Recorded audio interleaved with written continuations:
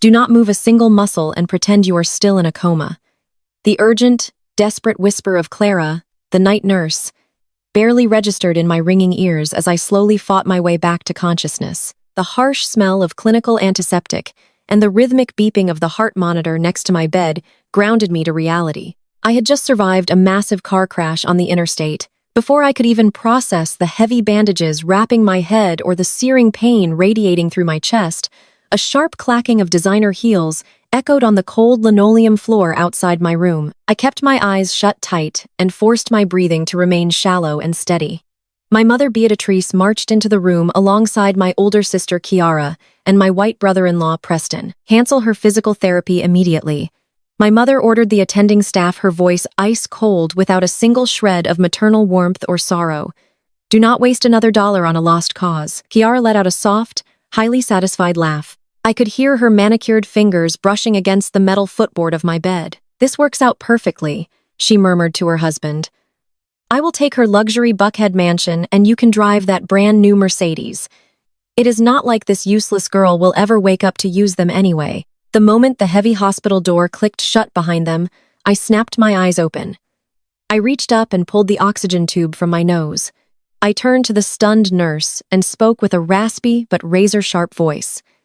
Call my lawyer right now because it is time to trap them. The silence in the room was deafening, but my mind was moving at lightning speed. I had just survived a horrific pileup, and instead of crying or praying for my recovery, my own flesh and blood were busy carving up my life like vultures circling a carcass. I lay there staring at the ceiling tiles while Clara locked the door.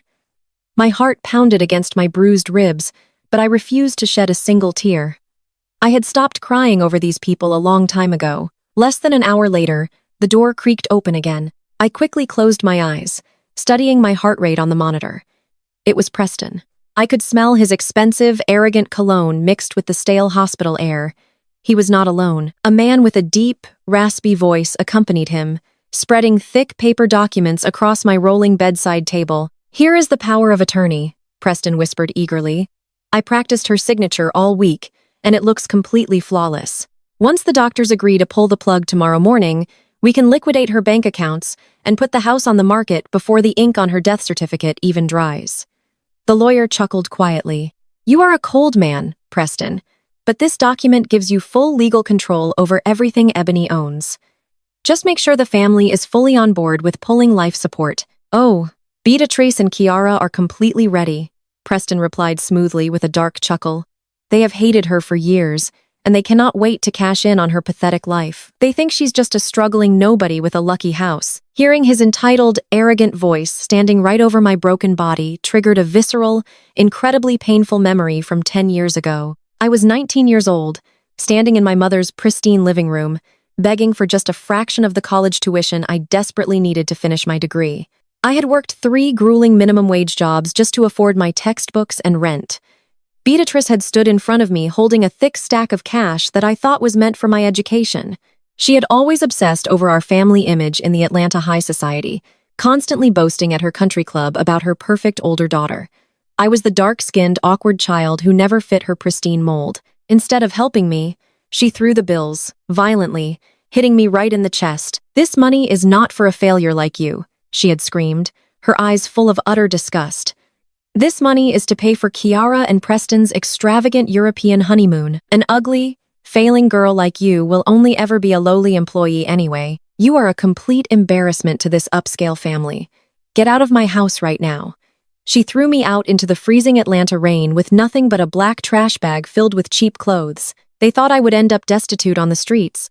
They thought I would amount to absolutely nothing. They had no idea that the broken girl they threw away had spent the last decade building a financial empire from the ground up. Today, I am 29 years old and the founder and chief executive officer of Holdings, a private equity firm that controls billions in assets across the Southeast. I waited in absolute stillness until Preston and his shady lawyer finally packed up their forged papers and left the room. The moment the coast was clear, I sat up, ignoring the searing white-hot pain radiating from my fractured ribs. I looked at Clara, who was watching me with wide, terrified eyes. She had heard every single word of their murderous plot. I need my cell phone, I told her firmly. When she handed it to me from my personal belongings bag, I dialed the private unlisted number of my lead corporate attorney, Julian. He answered on the second ring. I told him exactly what hospital I was in and what equipment he needed to bring immediately. Julian arrived 45 minutes later, slipping undetected through the staff entrance with a secure laptop and a portable encrypted scanner. He stood by my bed, looking at my extensive bruises with deep concern, but I raised a hand to stop his pity. "We do not have time for sympathy, Julian," I said, pulling the hospital table closer to my chest. "Preston has a forged power of attorney and plans to drain my personal accounts tomorrow morning.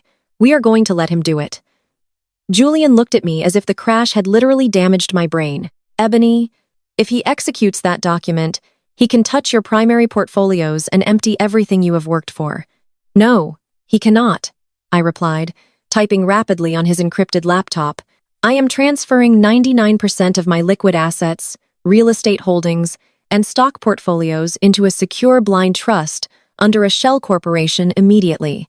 We are going to leave exactly one personal checking account active and exposed." I routed exactly $50,000 into that decoy account, making sure it was completely untethered from my corporate holdings. Julian watched the screen in awe as the massive wealth I had accumulated vanished behind impenetrable layers of corporate security, leaving only the bait dangling in the open. "You are leaving $50,000 for him to steal?" Julian asked, finally, understanding the brilliant trap I was setting. "Yes," I smiled coldly, ignoring the physical pain in my body. $50,000 is enough to make him feel like he hit the jackpot because he firmly believes that is all a failure like me could possibly save. He thinks his white privilege and corporate title give him the ultimate right to just take what belongs to a black woman he deems inferior. He underestimated me 10 years ago, and he is making the exact same fatal mistake today. But more importantly, $50,000 crosses the exact legal threshold for first-degree felony wire fraud and grand larceny in the state of Georgia. If I stop him right now, he just gets a slap on the wrist for a forged piece of paper. If I let him take the money, he commits a federal crime that carries a mandatory prison sentence. He will not be able to buy his way out of this one with his fancy corporate salary." Julian nodded, an expression of pure, absolute respect crossing his face. He processed the trust documents right there in the dim light of the hospital room, securing my entire empire safely out of their greedy reach. "Now we have to make sure they actually go through with pulling the plug." I told him, my voice steady and resolute. "They need to believe they won the ultimate prize, so they can celebrate their victory right before I completely destroy them." I turned back to Clara, the nurse who had been standing guard by the locked door. "I need to disappear tonight," I told her, keeping my voice calm. "If they come back tomorrow and see me awake, they will panic and scrap the entire plan. I need them to think I was transferred to a hospice facility for terminal patients." Clara did not hesitate for a single second. She had seen the pure evil radiating from my mother and sister, and she wanted to help me take them down. She quickly accessed the hospital database and falsified a transfer order stating that my condition had rapidly deteriorated and I was moved to a palliative care unit on the other side of the city. Julian arranged for a private secure medical transport to arrive at the loading dock precisely at midnight. We worked quickly and silently in the shadows, avoiding the main security cameras.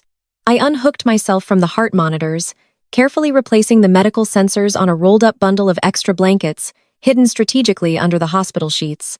In the dim lighting, it looked exactly like a motionless body clinging to life. I put on the oversized hoodie and sweatpants Julian had brought for me, wincing sharply as the heavy fabric pulled against my fresh stitches. Every step was agonizing, but the thought of finally delivering justice fueled my movements. As I walked toward the exit, leaning heavily on Julian for physical support, I looked back at the empty bed one last time. My mother, my sister, and my brother-in-law were going to walk into this room tomorrow morning, ready to end my life for a house and a car. They were going to sign their names on documents that would seal their own permanent destruction. I stepped into the freight elevator and disappeared into the dark Atlanta night, completely erasing myself from their radar. The trap was set perfectly, and the bait was waiting to be taken. 2 agonizing weeks passed since I vanished into the shadows of the Atlanta night. Julian had secured a highly classified private recovery facility for me on the outskirts of the city, where only trusted medical professionals had access to my room. My fractured ribs ached with every breath, and the heavy bandages still wrapped tightly around my head were a constant reminder of the horrific crash I had barely survived. But the physical pain was absolutely nothing compared to the cold, calculating anticipation burning inside my chest. Every single morning, Julian would sit beside my bed, opening his encrypted laptop to show me the surveillance we had set up on my decoy bank account. We were waiting for the trap to spring, and it required immense patience. I spent hours staring at the blank ceiling tiles, visualizing exactly how they would fall into the snare. I knew my family better than they knew themselves. Their greed was a bottomless pit that could never be filled. On the 14th day, the notification finally arrived. I was slowly drinking a glass of water when the encrypted alert chimed from Julian's computer screen. The bait had been taken. Julian turned the monitor toward me, his expression grim but satisfied. Preston and Kiara had actually done it. They had walked into the hospital room that morning, completely expecting to watch me take my last breath. They had signed the fraudulent power of attorney papers using the signature Preston had spent weeks practicing. They pulled the plug on what they thought was my life support. And without wasting a single second of mourning, they had marched straight to the bank. The screen showed a massive wire transfer, exactly $50,000, completely draining the single exposed account I had left behind. They truly believed they had just successfully robbed a dead woman. They thought that $50,000 represented my entire life savings. The sheer audacity of their crime was breathtaking. They had legally and intentionally committed first-degree felony wire fraud and grand larceny. They had crossed the line of no return and handed me the exact weapon I needed to destroy them. Staring at that zero balance on the screen, a sudden wave of dark memories flooded my mind. Preston's arrogant theft brought me right back to our family Thanksgiving dinner just a few years ago. The memory tasted like dry turkey and bitter resentment. My mother, Beatrice, had insisted on hosting the dinner at her pretentious suburban house, aiming to impress her church friends and country club acquaintances. I had driven straight from my office exhausted after working an 80-hour week, but I had still shown up trying to maintain some semblance of family connection. Preston had positioned himself at the head of the table, acting as the supreme patriarch of the family, simply because he was a white man working in corporate finance. He wore a smug, self-satisfied grin as he looked down the table at me. He had just bought Kiara a new designer handbag, and the entire room was fawning over his generosity. When the conversation inevitably turned to my life, Preston did not hold back. He leaned forward, swirling his expensive wine, and looked at me with absolute pity and disgust. "You really need to figure your life out." Ebony Preston had sneered in front of the entire extended family.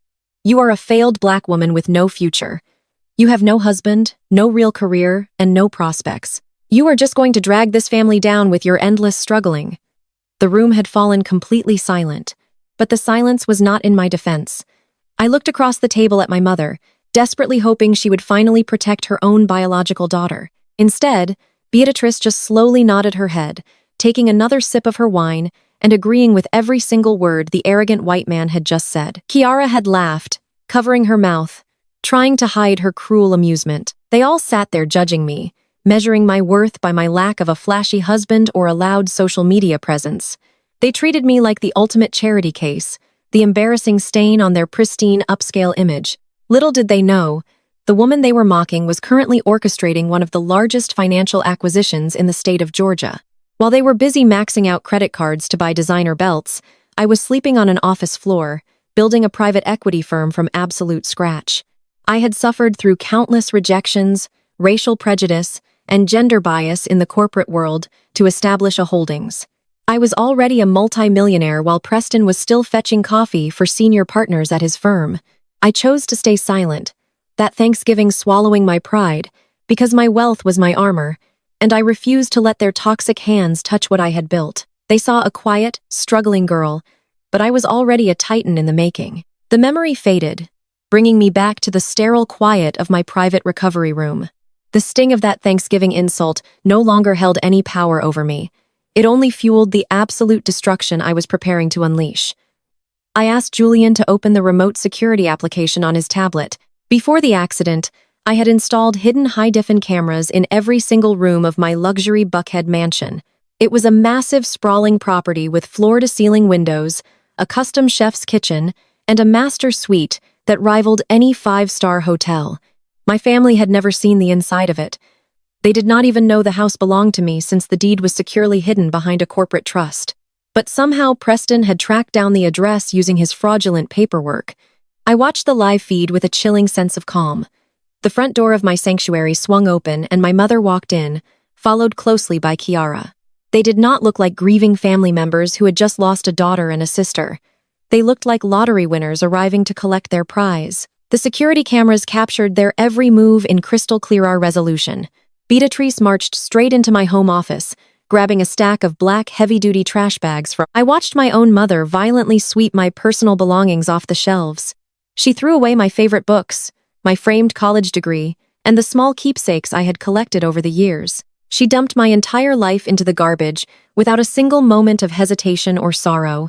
She was moving with ruthless efficiency, complaining out loud about my supposedly cheap taste and how quickly they needed to clear the space for an open house. She actually complained about the dust on a picture frame while tossing it into the bag. It was the ultimate betrayal captured permanently on digital video. A mother erasing her child from existence just to make a quick profit. In the master bedroom, the scene was even more grotesque. Kiara had flung open the doors to my massive walk-in closet. She let out a loud, piercing squeal of delight when she saw the rows of designer clothes, custom shoes, and luxury bags I had collected, but rarely wore to family events. She did not question how a supposed failure could afford such things. Her greed completely blinded her logic. I watched through the camera lens as my sister stripped off her jacket and began trying on my clothes. She twirled in front of my full-length mirror, posing and laughing while wearing a silk gown I had bought for a charity gala. She grabbed my expensive jewelry, fastening my necklaces around her throat and admiring her reflection. "This is all mine now," she squealed to herself, dancing around the bedroom of her supposedly dead sister. She looked so incredibly happy, so victorious. She was literally dancing on my grave and celebrating the theft of my life. I felt a profound, permanent shift inside my soul as I watched the screen. Any lingering shred of familial obligation, any tiny droplet of hope that they might actually care about me, evaporated into pure nothingness. The tears I had refused to shed in the hospital were entirely gone, replaced by a cold, calculating void. They were not my family. They were parasites who had fed on my misery for years and were now trying to feed on my corpse. I asked Julian to close the camera feed because I had seen absolutely everything I needed to see. The evidence was securely backed up to multiple cloud servers. Every trash bag my mother filled, and every dress my sister tried on, was just another nail in their legal coffin. Julian pulled up a different window on his laptop, tracing the exact path of the $50,000 Preston had stolen from my decoy account. Preston thought he was a financial genius, but he was incredibly sloppy. He had not bothered to wash the funds through a secondary account. He wired the stolen money directly from my compromised bank account straight to a commercial vendor. Julian traced the routing number and the receiving institution. The destination made me laugh out loud despite the sharp pain in my ribs. Preston had wired the entire $50,000 to the Chateau Elite Club. It was the most exclusive, ridiculously expensive private country club in the entire metropolitan Atlanta area, an establishment known for its massive crystal chandeliers, marble staircases, and an entry fee that required severe generational wealth. I looked at Julian, seeking confirmation, and he simply nodded his head. "Preston used your stolen money to place a non-refundable deposit for a wildly extravagant anniversary party," Julian explained, tracing the transaction details on the screen. "He booked the grand ballroom, the premium catering package, and a live string quartet. He is planning to host the event this coming weekend to celebrate his wedding anniversary with your sister." The absolute audacity of the plan left me momentarily speechless. Preston had literally stolen the last pennies of a woman he believed he just murdered to throw a lavish party for himself and his wife. He intended to invite the entire Atlanta elite, his corporate bosses from Vanguard Holdings, and all the pretentious church friends my mother desperately wanted to impress. They were going to use my stolen money to officially launch themselves into high society. They wanted to stand in that glamorous ballroom, sipping expensive champagne and pretending they had finally arrived at the top of the social ladder. They honestly believed they were untouchable. They thought their flawless white knight had successfully outsmarted the system and secured their wealthy future. They thought the pathetic black sheep of the family was quietly rotting in a morgue, completely out of their way. They had no idea that every single move they made was being meticulously tracked, documented, and added to a federal criminal file. They had no idea that the money they stole was pocket change compared to the financial empire I actually controlled.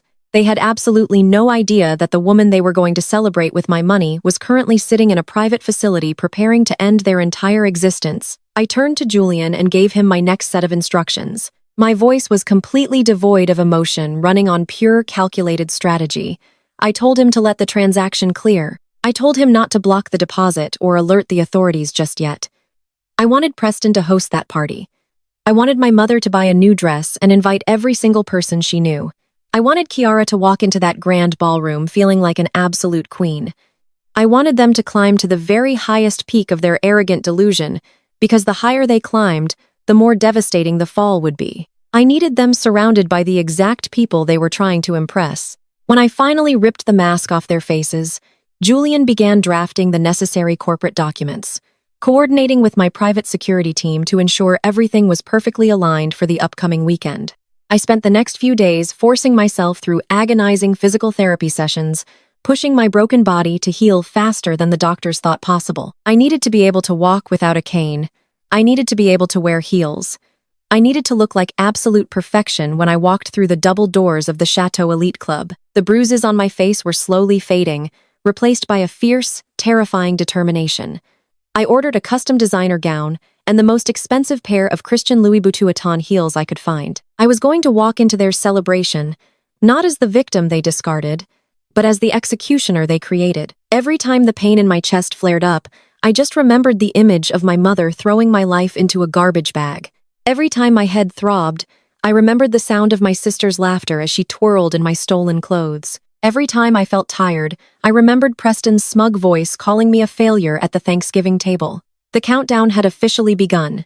2 weeks of waiting had led to this exact moment. They were busy picking out floral arrangements and tasting champagne menus, completely oblivious to the massive storm gathering right above their heads. The party was set. The guests were invited and the stolen money was spent. They thought they had won the ultimate prize. They thought they had finally defeated me. But the truth was, they had just paid for the tickets to their own spectacular downfall, and I was going to make sure the entire world got a front row seat to the show. The preparations continued in absolute secrecy while my body slowly regained its strength. Julian worked tirelessly behind the scenes, ensuring that my position as the majority shareholder of Vanguard Holdings was completely solidified and legally untouchable. Preston worked for Vanguard and he believed his corporate title made him a god. He did not know that I had already purchased his entire company out from under him.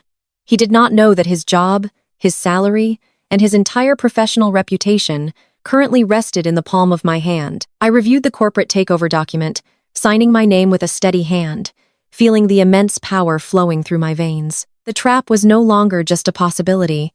It was an inescapable reality. As the weekend approached, I stood in front of the full-length mirror in my recovery room. The bandages were finally removed, leaving only faint shadows of the trauma I had survived. I looked at the woman in the reflection and promised her that she would never ever let anyone make her feel small again. The weak, desperate girl who begged for college tuition was completely gone. The silent daughter who swallowed insults at Thanksgiving was dead. The woman standing there now was a titan, a survivor, and a force of nature. I was ready to step out of the shadows and into the blinding light of their extravagant party. I was ready to take back everything they stole and burn their perfect fake world straight to the very ground. The stage was completely set for the ultimate reckoning. The Chateau Elite Club was bathed in the warm, glowing light of massive crystal chandeliers as a live string quartet played a soft classical melody in the corner of the grand ballroom. It was exactly the kind of pretentious display of wealth that my mother Beatrice had always craved her entire life. The room was filled to the brim with Atlanta's high society. Corporate executives from Vanguard Holdings mingled effortlessly with the wealthy church ladies my mother desperately wanted to impress. Waiters in crisp white uniforms circulated through the massive crowd carrying silver trays loaded with expensive vintage champagne and gourmet caviar. The walls were draped in rich velvet, and towering floral arrangements sat on every single table, filling the air with the heavy scent of roses and highs. Every single drop of that champagne, every single flower in the lavish centerpieces, and every single note played by the musicians was paid for by my stolen money. Preston stood near the front of the room playing the role of the perfect wealthy white savior to absolute perfection. He was wearing a custom-tailored tuxedo, shaking hands with his senior corporate partners, and accepting their warm congratulations for a marriage milestone he was funding with first-degree felony wire fraud. Kiara clung tightly to his arm, dripping in newly purchased diamonds that sparkled blindingly under the lights. She threw her head back and laughed loudly at a joke someone made, completely intoxicated by the illusion of her own elevated social status. They looked absolutely invincible. They looked exactly like people who firmly believed they had just successfully buried their biggest problem and gotten away with the perfect crime. The sheer confidence radiating from them was repulsive, knowing the dark evil act they had committed just days prior to stand in this room. I watched all of this unfold through a secure live video feed on Julian's tablet. As we sat in the plush leather seats of my Rolls-Royce parked discreetly near the club entrance, the camera feed was tapped directly into the venue's internal security system, thanks to my private security team, who had easily bypassed their basic firewalls. I wanted to wait for the exact right moment to strike. I wanted them to feel completely comfortable and victorious before I tore their fake world apart, piece by piece. My ribs still ached terribly from the car crash, sending sharp jolts of pain through my chest whenever I breathed too deeply, but the physical pain was completely overshadowed by the pure raw adrenaline pumping through my veins. The anticipation was a powerful drug masking every ache and replacing it with a burning desire for absolute justice. On the glowing screen, I saw my mother holding court near a massive ice sculpture carved into the shape of majestic swans. Beatrice was wearing a highly extravagant gown that screamed of new money, trying way too hard to fit in with the generational wealth of the room. She was surrounded by a group of older women she had spent her entire adult life trying to emulate and impress. They were sipping their stolen champagne and nodding sympathetically as my mother put on the dramatic performance of a lifetime. I asked Julian to turn up the volume on the tablet so I could hear the audio feed clearly through the hidden microphones my team had placed. One of the women, a wealthy socialite named Mrs. Holloway, leaned in and asked about me.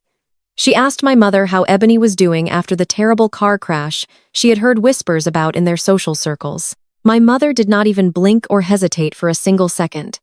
She just let out a heavy dramatic sigh and pressed a manicured hand to her chest, acting like a completely heartbroken parent bearing an unimaginable burden. "She is on her deathbed," Beatrix said, her voice dripping with fake sorrow and practiced grief. "The doctors say her life is completely ruined, and she will never wake up from the coma. It is an absolute tragedy, but she always was a troubled girl who made poor choices and never listened to her family. Thankfully, we have Preston to hold us up during this incredibly dark time. He has been an absolute rock for us, providing everything we need and paying for all her medical bills out of the goodness of his massive heart." She lied with such incredible ease. It was almost fascinating to watch a master manipulator at work. She stood there drinking champagne, paid for by the daughter she claimed was dying, and used my supposed tragedy to elevate her white son-in-law in the eyes of her wealthy peers. The ladies murmured their deep condolences, praising Preston for his immense generosity and praising Beatrice for her maternal strength in the face of such sorrow. It was entirely sickening to witness. It was the absolute peak of their delusion and their greed. They were building a monument to their own vanity on top of what they thought was my literal grave, using my supposed death as a stepping stone to climb the social ladder they so desperately wanted to conquer. I looked at Julian and slowly nodded my head. It is time I told him, my voice, steady and completely cold, devoid of any hesitation. I stepped out of the luxury vehicle into the cool night air of Atlanta. The pain in my healing body faded entirely into the background, replaced by the fierce energy of a woman ready to reclaim her stolen dignity. I smoothed down the fine fabric of my stunning emerald green evening gown. It was a custom-made masterpiece fitting my body perfectly and hiding the faint outlines of the medical bandages still taped securely to my torso underneath the smooth silk. I slipped my feet into my red-bottom Christian Louboutin heels, feeling the familiar, empowering lift they provided. The sharp stiletto heels clicked against the pavement like a ticking clock, counting down the final seconds of their fake reality. Tonight, I was not a victim seeking revenge. I was a force of nature delivering consequence. Julian walked a few paces behind me, carrying a heavy leather briefcase that contained the legal documents proving their total destruction. We approached the grand entrance of the Chateau Elite Club where the valet drivers were busy parking expensive sports cars. The two large security guards standing at the front doors took one look at my posture, my designer gown, and the absolute cold fury radiating from my eyes, and they simply stepped aside without a word. They did not ask for an invitation or a name. People who walk with the conviction of someone who owns the building never get asked for an invitation. My presence commanded immediate, undeniable respect.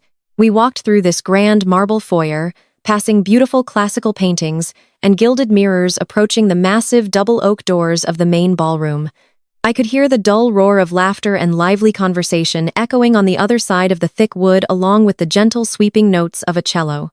I took one final deep breath, filling my damaged lungs with air, and pushed the heavy doors open with both hands, using every ounce of strength I possessed. The heavy oak doors swung inward with a loud, dramatic thud that echoed sharply over the music of the string quartet.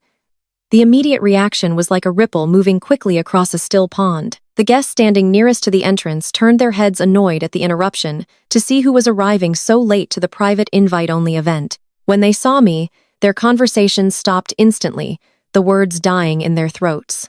The silence began to spread outward, moving through the crowded room like a sudden freezing drop in temperature sweeping from table to table. Within mere seconds, the low roar of the party completely died out, leaving only the sound of clinking silverware. Then even the professional string quartet faltered with the cellist missing a glaring note before slowly lowering his bow as he stared blankly at the entrance. I was not in a hospital bed covered in tubes. I was not in a coma fighting for my life. I was not in a wheelchair, and I was certainly not on my deathbed. I stood at the top of the short carpeted staircase overlooking the lavish ballroom, looking so absolutely flawless and intimidating that the entire room collectively held its breath. The emerald gown caught the warm light from the crystal chandeliers, making me look radiant and powerful, and my makeup perfectly concealed the fading bruises on my cheekbones. I looked like a queen arriving to inspect her subjects and deliver a final devastating judgment upon the traitors in her court. I began to walk down the carpeted steps. The sharp, heavy click of my Louis Vuitton heels sounded like gunshots in the dead, silent room, slicing through the tension. The crowd naturally parted for me, stepping back hurriedly and clearing a wide path straight down the center of the ballroom floor. They stared in sheer shock, trying to comprehend how the woman they had just been told was dying was currently walking toward them with the terrifying grace of an apex predator. Guests whispered frantically to each other, covering their mouths in disbelief as I glided past their tables, leaving a wake of stunned silence behind me. My eyes locked intensely onto my family at the front of the room, ignoring everyone else. Kiara was standing right next to the towering champagne fountain, showing off a diamond bracelet to a group of executives' wives. She had been taking a sip from her expensive crystal flute when the heavy doors first opened. As I walked closer to her, tracing a direct line to where she stood, the smug, entitled expression on her face literally melted away, replaced by a mask of pure, unadulterated terror. Her eyes widened so much, I thought they might pop out of her skull as her brain struggled to process the impossible sight before her. Her hands began to shake so violently that the expensive vintage wine spilled over the rim of the glass and splashed dark stains onto her pristine designer dress. She stared at me as if she was looking at a demon stepping straight out of a nightmare to drag her to hell. Her fingers went completely limp, losing all motor control. The crystal wine glass slipped from her trembling hand and shattered against the polished marble floor, sending sharp shards flying in every direction. The loud, sudden sound of the breaking glass echoed sharply through the massive room, emphasizing the total terrifying silence of the shocked guests. Preston was standing at the main podium at the front of the room, bathed in a spotlight. He had just tapped the microphone, preparing to give his grand anniversary speech to the elite crowd he wanted so desperately to impress. When his eyes finally found mine moving through the crowd, his entire body completely froze, turning into a statue of pure dread. The color rapidly drained from his face, leaving his skin looking pale, sweaty, and sickly white, like a man who had just seen his own executioner. His mouth hung slightly open in a silent gasp of disbelief, and his hands gripped the edges of the wooden podium so tightly that his knuckles turned stark, glowing white. The arrogant corporate director who thought he had outsmarted a failed black woman was now trembling like a cornered animal, realizing he was caught in a lethal trap. He knew exactly what he had done, and seeing me walking, breathing, and radiating immense power meant he knew his terrible crime was no longer a secret. The $50,000 he stole was now a heavy federal chain wrapping tightly around his neck, pulling him down into the abyss. I kept walking, my steady, predatory gaze shifting smoothly to my mother. Beatrice turned around slowly, drawn by the sudden loud sound of her older daughter's shattered glass hitting the floor. When she saw me standing there in the flesh, her jaw dropped completely open, ruining her carefully applied makeup and perfectly practiced elegant facade. She took a clumsy, stumbling step backward in her high heels, bumping hard into Mrs. Holloway, The wealthy church friend she had just been lying to minutes before. The woman who had just played the tragic, grieving mother to garner sympathy was now staring at me in absolute wide-eyed horror. She looked at my designer dress, my expensive shoes, and the fierce, unyielding power radiating from my perfect posture. This was not the broken, insecure daughter she had thrown out into the freezing rain 10 years ago. This was not the helpless victim she had abandoned in a cold hospital bed, hoping I would quietly pass away so she could steal my house. This was a woman who owned her world and was about to destroy theirs. I stopped perfectly in the center of the room, surrounded by hundreds of shocked, gaping guests. The silence was so incredibly heavy. It felt physically suffocating, pressing down on the chests of everyone present. Nobody dared to speak a single word or make a sudden movement, terrified of breaking the immense tension. The elite members of Atlanta society, the corporate executives, the wealthy socialites, they all watched in utter fascination and horror as the supposedly dead sister took absolute total control of the entire room without even saying a single word. I looked directly at my mother, my sister, and my brother-in-law, absorbing their fear like oxygen. They were completely trapped with no way out. They were surrounded by the very people they had desperately tried to impress, using my stolen money, making their impending humiliation absolute and inescapable. They could not run away, and they could not hide their faces from the glaring lights. The high society charade they had so carefully constructed over the past 2 weeks was cracking and splintering right before their very eyes. And I was fully prepared to bring the whole fake structure crashing down on their heads, reducing their lives to nothing but ash and regret. I did not break eye contact with Preston as I stood there in my emerald gown, letting the sheer weight of my survival crush his arrogant spirit. I let the silence stretch out for a long, agonizing moment, forcing them to marinate in their own escalating panic and guilt. Every second that passed felt like a full hour to them, a torturous eternity of waiting for the axe to fall. I could see the exact moment the harsh reality of their situation truly set in deep within their minds. They had maliciously forged legal medical documents.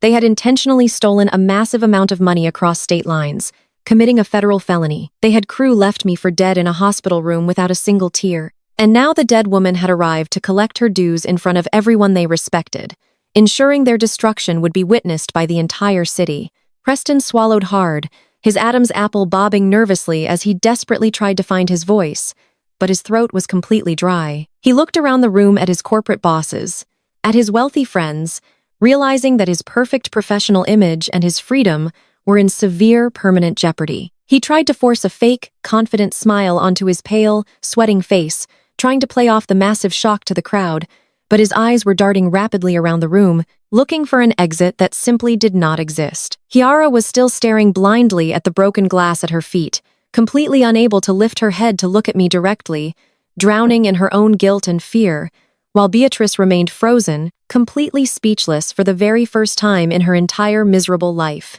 The trap had closed perfectly around them, sealing their fate with absolute certainty. They were standing on a lavish stage built entirely with my stolen funds, and the glaring spotlight was burning right through their pathetic lies, exposing the rotten core of their existence. The extravagant party was officially over, and the real reckoning, the public, unescapable destruction of their fake, perfect lives, was just about to begin right there in the middle of the ballroom. The crushing silence in the grand ballroom was suddenly shattered by the sharp, frantic clicking of my mother's heels on the polished marble floor. Beatrice snapped out of her paralyzed state of shock, and her survival instincts kicked into high gear. She did not run toward me to pull me into a loving embrace. She did not fall to her knees, weeping tears of joy that her youngest daughter had miraculously survived a near-fatal car crash. Instead, her face twisted into a mask of pure, unadulterated rage.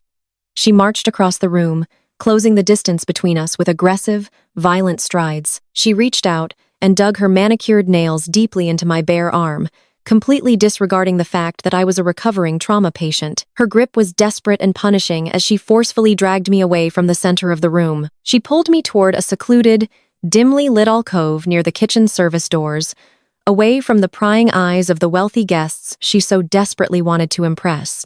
I let her pull me my expression, remaining entirely blank, because I wanted to see exactly how low she was willing to go to protect her fragile fake empire. Once we were hidden behind a large velvet curtain, Beatrice turned on me like a cornered viper. She looked me up and down, taking in my expensive designer gown and my flawless appearance, but her mind completely rejected the reality sitting right in front of her. "You are not dead," she hissed, her voice a venomous whisper, trembling with absolute fury. "How dare you show your face here tonight of all nights and ruin your sister's special day? You are a selfish, evil girl coming here to cause a massive scene just because you are jealous of Kiara and Preston." She was practically shaking with rage, her chest heaving as she glared at me with genuine hatred. There was not a single ounce of maternal relief in her eyes. She was only terrified that my sudden resurrection would somehow humiliate her in front of Atlanta High society. She firmly believed I was still the weak, pathetic girl who used to beg for her scraps of affection. She thought my silent stare was a sign of submission, but she was entirely wrong.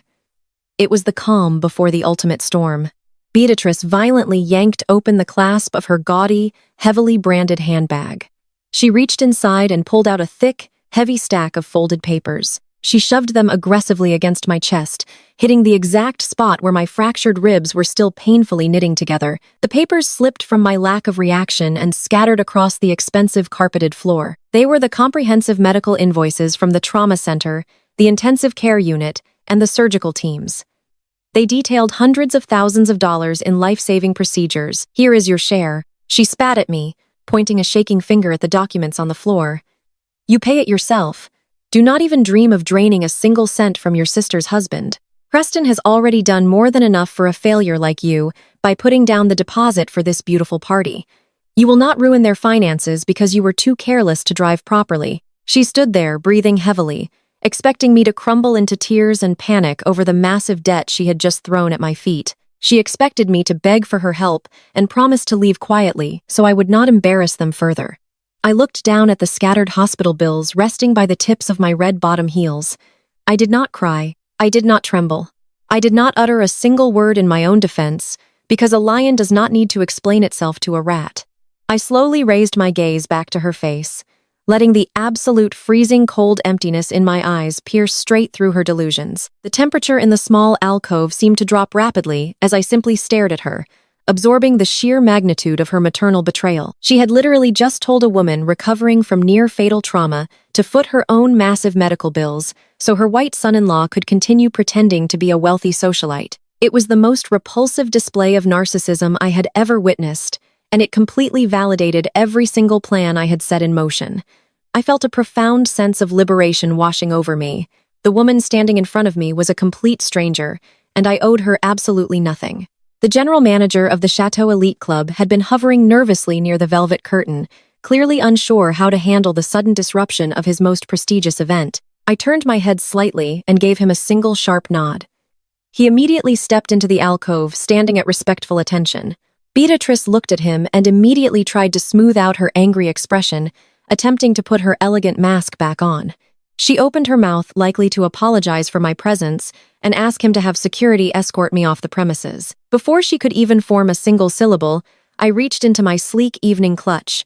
I smoothly pulled out a solid titanium American Express Centurion black card. It was heavy cold and represented a tier of unlimited generational wealth that my mother could not even begin to fathom. I held it between my index and middle finger and casually tossed it onto the small cocktail table next to us. The heavy metal card landed with a sharp, distinctive clink that echoed perfectly in the quiet alcove. "Settle the entire tab for this party right now," I instructed the manager, my voice completely smooth and dripping with absolute, undeniable authority.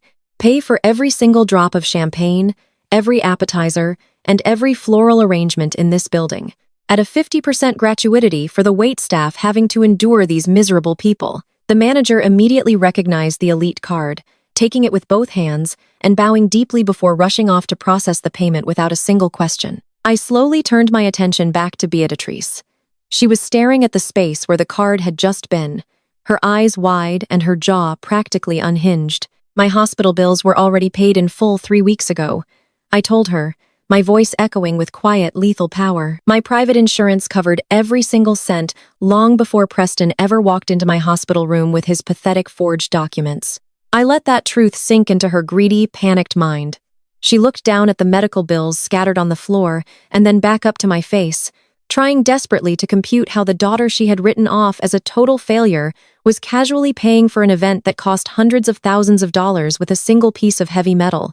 My mother stared at me in utter disbelief, her entire worldview shattering into millions of tiny, jagged pieces right before my eyes. She was looking at a symbol of wealth she had never seen in her entire pathetic life. A black card was an invitation-only status symbol reserved for billionaires, corporate titans, and global elites. It was not something a struggling dropout could ever possess. Her brain simply could not bridge the gap between the daughter she despised and the untouchable billionaire standing in front of her. Her hands began to shake, mirroring Kiara's panic from moments earlier. The realization that I was not a charity case, that I was not desperate for their help, and that I possessed a level of financial power that could easily buy and sell. Preston's entire corporate career was slowly suffocating her. She opened her mouth, trying to formulate a sentence, trying to ask how this was even possible, but nothing came out except a weak, pathetic gasp of air. The glorious, unbreakable high society facade she had spent her entire life desperately trying to build was officially dead, and I had not even unleashed the main event yet. I left my mother standing completely frozen in that dark alcove. She was entirely paralyzed by the crushing weight of her own reality shattering into dust. I turned my back on her and walked smoothly back out into the bright, glaring lights of the grand ballroom. The atmosphere in the massive room had shifted dramatically during my brief absence. The wealthy guests were no longer laughing and sipping their expensive stolen champagne. They were whispering frantically behind their hands, casting nervous glances toward the front of the room. They could all smell the blood in the water, and the tension was absolutely suffocating. Preston had realized that the entire evening was slipping rapidly through his greedy fingers. He knew he had to do something drastic to regain control of the narrative before the elite crowd completely turned on him. I watched from the edge of the room as he practically sprinted up the short steps to the main stage. His face was covered in a thin layer of nervous sweat that glistened under the bright spotlights. He waved his hands wildly at the professional string quartet, signaling them to stop playing immediately. The sudden heavy silence that fell over the ballroom was incredibly uncomfortable. Preston gripped the sides of the wooden podium so hard his knuckles turned completely white. He forced his mouth into a wide, incredibly fake smile, trying desperately to project the image of a confident, successful man who was entirely in control of his domain. He tapped the microphone twice, sending a loud, echoing thud across the expansive room. He cleared his throat and projected his voice, attempting to sound like the benevolent patriarch of a flawless family. "Thank you all for being here tonight to celebrate this wonderful anniversary with my beautiful wife, Kiara," he began. His voice was shaking ever so slightly, but he pushed through the panic, trying to charm the wealthy executives and socialites staring up at him. "We are so incredibly blessed to be surrounded by such amazing friends and esteemed colleagues from Vanguard Holdings." He paused dramatically, looking out over the sea of faces, hoping to see validation and respect shining back at him. Then he smoothly shifted his focus right to the very topic he thought would save him. He put on a mask of deep, tragic sorrow, twisting his features into a pathetic display of fake empathy. He looked down at the floor for a second, acting like a man burdened by a terrible family tragedy. "As many of you witnessed earlier tonight, we had an unexpected and deeply troubling disruption," he said, his voice dripping with absolute poison masked as concern. "My sister-in-law Ebony is unfortunately suffering from severe mental instability. She was involved in a horrific car crash recently, and sadly the trauma has left her with extensive brain damage and deep psychiatric delusions." The sheer audacity of his lies was almost impressive. He stood there in front of hundreds of people, looking them dead in the eyes, and completely rewrote reality to protect his own skin. He painted himself as the ultimate white savior, burdened with a crazy and dangerous black relative. "Our family is always forgiving and full of grace," Preston continued, leaning closer to the microphone to make sure every single person heard his ridiculous performance. "We have tried everything to help her get the psychiatric care she desperately needs. We love her so much that we even set aside a large sum of our own personal money to pay for her funeral arrangements when the doctors told us she would not survive the week. We were fully prepared to handle her final expenses out of the goodness of our hearts." A collective murmur of sympathy rippled through the gullible crowd. The wealthy church ladies put their hands over their hearts, whispering to each other about what a wonderful and generous man Preston was. They were eating up every single word of his manipulative script, completely blind to the monster standing on the stage. Preston soaked up their validation like a dying man drinking water. His chest puffed out slightly, and his fake smile grew just a fraction more confident. He thought he had successfully neutralized the threat I posed by branding me as a brain-damaged lunatic whose words could never be trusted. Feeling deeply empowered by the crowd's sympathetic reaction, Preston decided to pivot to his ultimate goal for the evening. He wanted to remind the senior partners from his corporate firm exactly why he belonged in their elite ranks. He stood taller and completely dropped the sad act, replacing it with blinding corporate arrogance. "But tonight is not about tragedy," he announced, his voice booming through the speakers. "Tonight is about looking forward to a bright and incredibly successful future. I am extremely proud to announce to all my friends and family here that I have just received a massive promotion. As of this week, I am officially the new Senior Director of Regional Investments at Vanguard Holdings." He paused, waiting for the applause, and it came. The executives in the room clapped politely, raising their glasses to acknowledge his climb up the corporate ladder. Preston beamed under the lights, looking like a man who had just conquered the entire world. He talked about the millions of dollars he would be managing and the massive expansion projects he would be leading for the firm. He bragged about his financial acumen and his dedication to corporate excellence. He was frantically building a massive, impenetrable wall of status and privilege around himself, hoping that his shiny new title would protect him from the devastating truth I was holding in my hands. I stood quietly at the back of the ballroom, listening to every single pathetic, desperate lie falling from his mouth. My emerald green designer gown caught the ambient light as I finally stepped out of the shadows and began to walk straight down the center aisle of the room. The crowd parted for me once again, their eyes darting nervously between my calm, flawless face and Preston's sweating, panicked expression on the stage. My red bottom heels clicked rhythmically against the polished marble floor, sounding like a steady, unrelenting drumbeat marching him straight toward his execution. Each step I took was a calculated strike against his fragile, bloated ego. I did not rush and I did not slow down. I moved with the terrifying fluid grace of a woman who possessed absolute, undeniable power over everything in the room. I reached the bottom of the short staircase leading up to the stage. Preston saw me coming, and the fake, confident smile on his face completely collapsed. His eyes darted wildly toward the exits, looking for any possible escape route, but there was absolutely nowhere for him to run. He was trapped under the glaring spotlights, surrounded by the very people he had just lied to. I walked right up the stairs and stepped onto the stage, invading his personal space. He tried to hold his ground, trying to look intimidating, but his entire body was physically shaking. I could smell the sour stench of fear pouring off his skin. I reached out with a steady hand and snatched the heavy microphone directly out of his sweating fingers. He tried to hold onto it for a fraction of a second, but he was far too terrified to actually fight me for it. The microphone slid easily into my grasp. I turned my back on him, completely dismissing his presence, and faced the massive crowd of shocked, silent guests. I looked out over the sea of wealthy executives and high society elites, locking eyes with the senior partners from Vanguard Holdings who were sitting at a premium table near the front. I brought the microphone to my lips.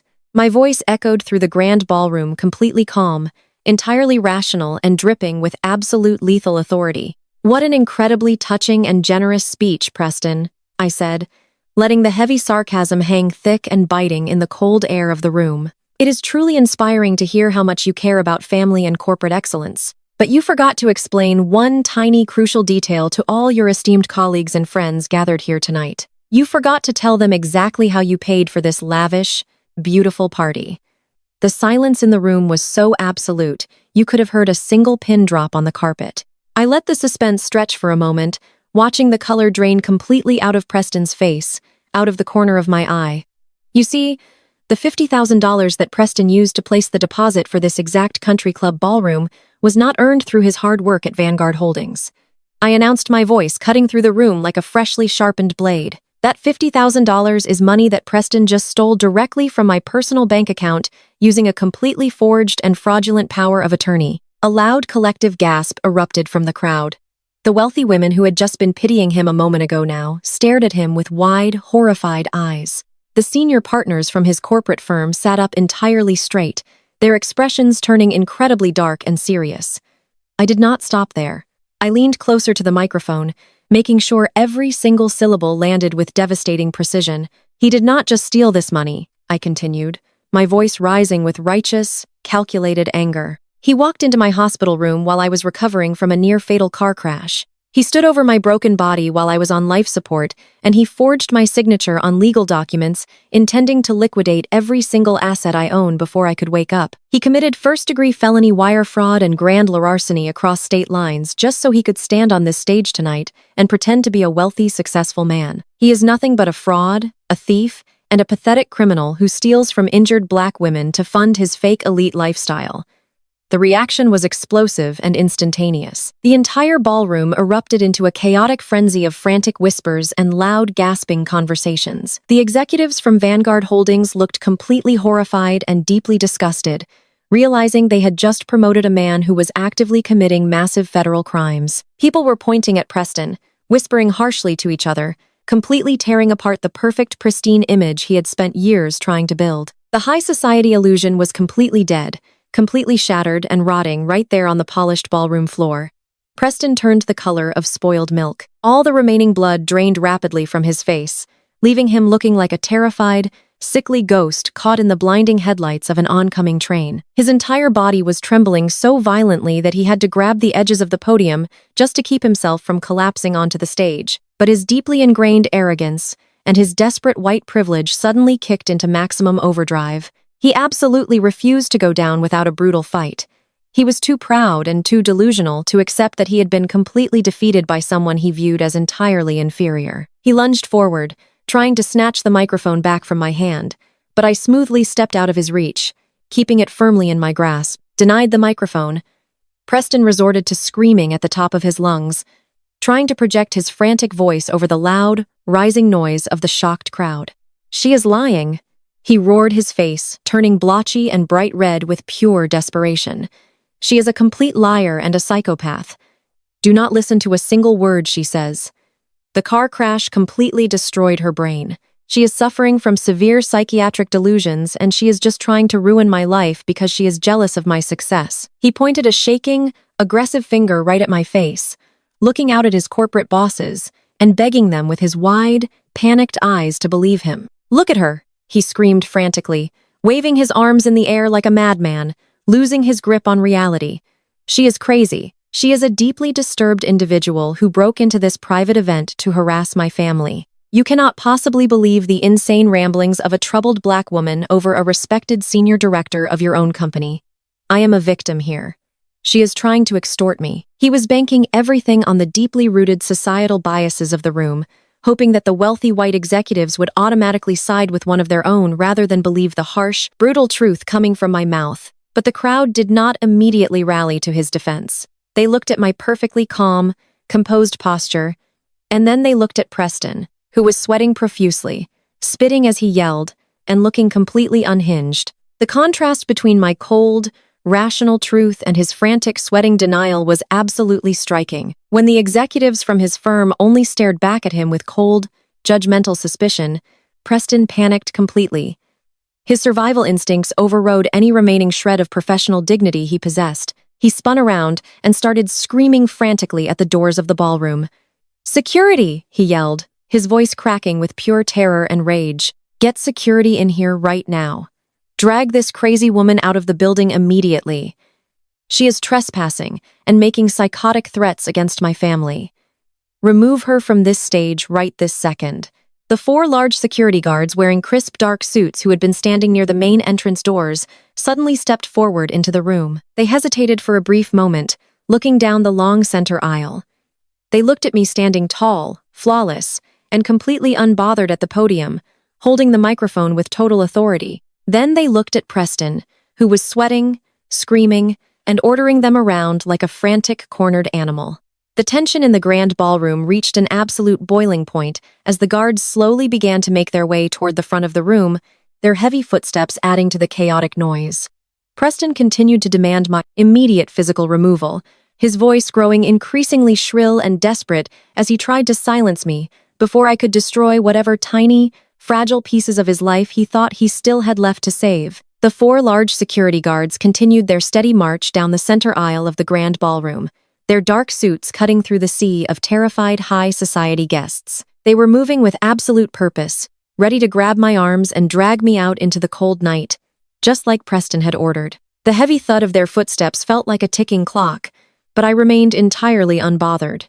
Before they could even reach the bottom of the stage steps, the loud, shrill sound of fake, hysterical sobbing pierced through the heavy tension of the room. Kiara suddenly threw herself forward, rushing up the stairs and throwing her arms dramatically around Preston's trembling shoulders. She buried her face in his expensive tuxedo jacket, performing the role of the terrified, victimized wife with absolute theatrical perfection. Her diamond bracelets clinked against the microphone stand as she turned her head to face the crowd. Her eyes were perfectly wide and welling with forced tears that completely ruined her expensive designer makeup, leaving dark streaks of mascara running down her cheeks. "Do not listen to a single word she says," Kiara cried out, her voice shaking with practiced vulnerability and manipulative panic. "Please. You all have to understand my poor sister was in a horrific car crash just a few weeks ago. She suffered massive, irreversible brain damage, and she has completely lost her mind.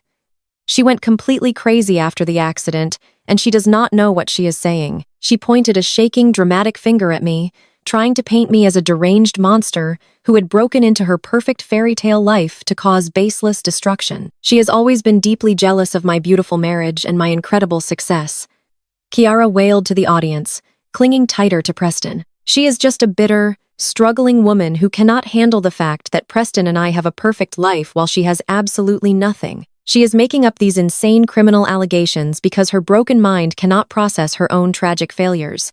My mother Beatrice saw the tiny window of opportunity opening up, and she immediately lunged right through it. She rushed to the front of the stage, positioning herself as the noble, heartbroken matriarch trying to protect her wealthy white son-in-law from a mad woman. She looked out at the wealthy church ladies and the corporate executives she had spent the whole evening trying to impress.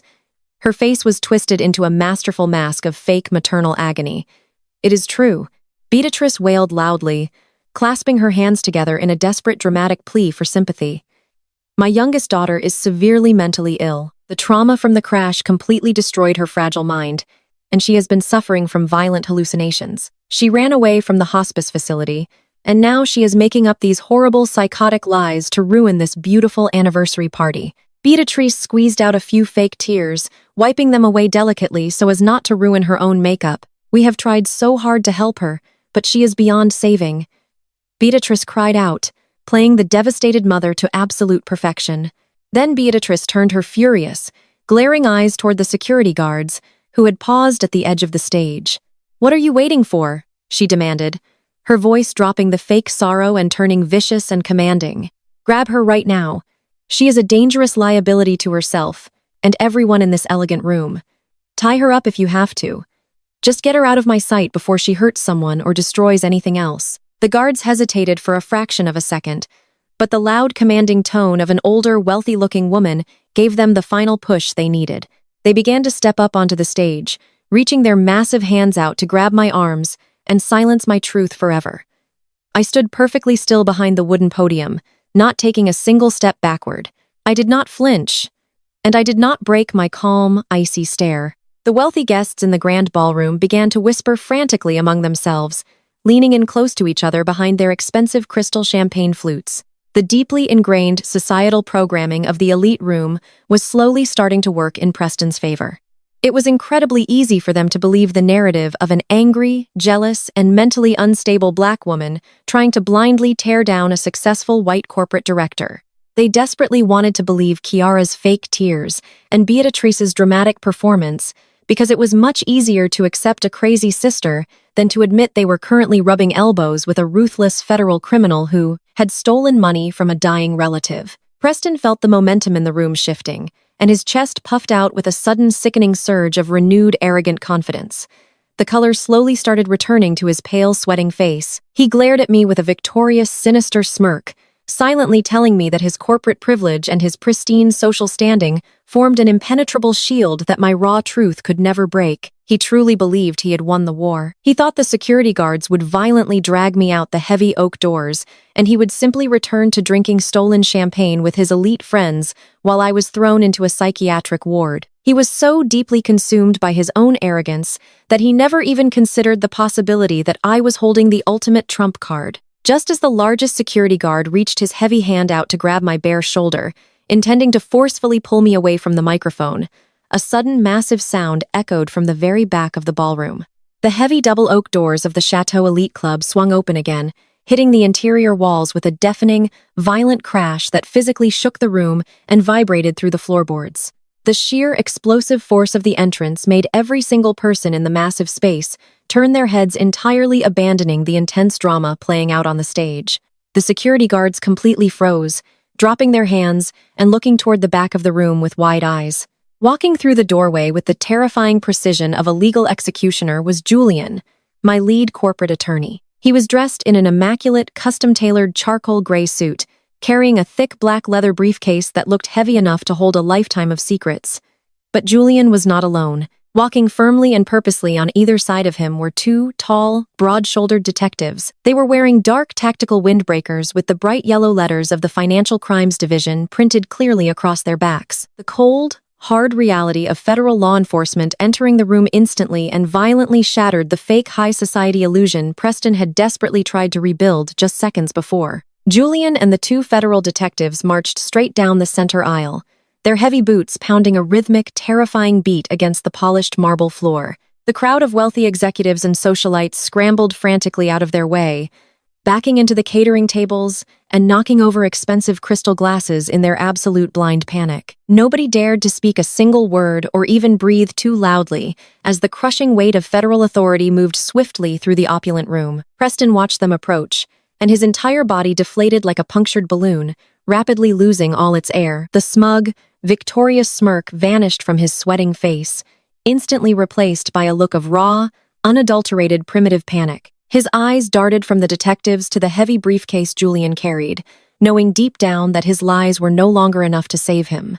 Kiara stopped her fake theatrical sobbing completely, her mouth hanging wide open as she stared directly at the glowing gold badges clipped securely to the detectives' belts. The fake tears dried instantly on her face, replaced by genuine, paralyzing fear. Beatrice took a heavy, stumbling step backward, clutching her chest as her perfectly crafted web of lies began to crumble into fine dust. Julian did not even look at the bewildered security guards as he reached the stage. He simply walked right past them, stepping up to the podium and standing firmly by my side, projecting an aura of absolute, impenetrable legal protection. The two detectives positioned themselves at the base of the stairs, silently and efficiently, cutting off any possible escape route Preston might try to take in his desperation. Julian set his heavy leather briefcase down on the wooden podium right next to my hands, letting the loud thud echo through the silent room. He popped the metal latches open with a loud, sharp click that sounded exactly like a lock snapping shut on a cold prison cell. He reached inside the briefcase and pulled out a thick, heavy stack of legal documents stamped prominently with official blue and red federal seals. He turned slowly to face the massive crowd of terrified guests and spoke with a booming, authoritative voice that carried effortlessly to the very back of the room. "My client, Mrs. Ebony, is entirely sane," Julian announced, holding the thick medical and legal file high in the air for every single person to clearly see. "She has been thoroughly evaluated by top medical professionals, and her cognitive functions are absolutely flawless.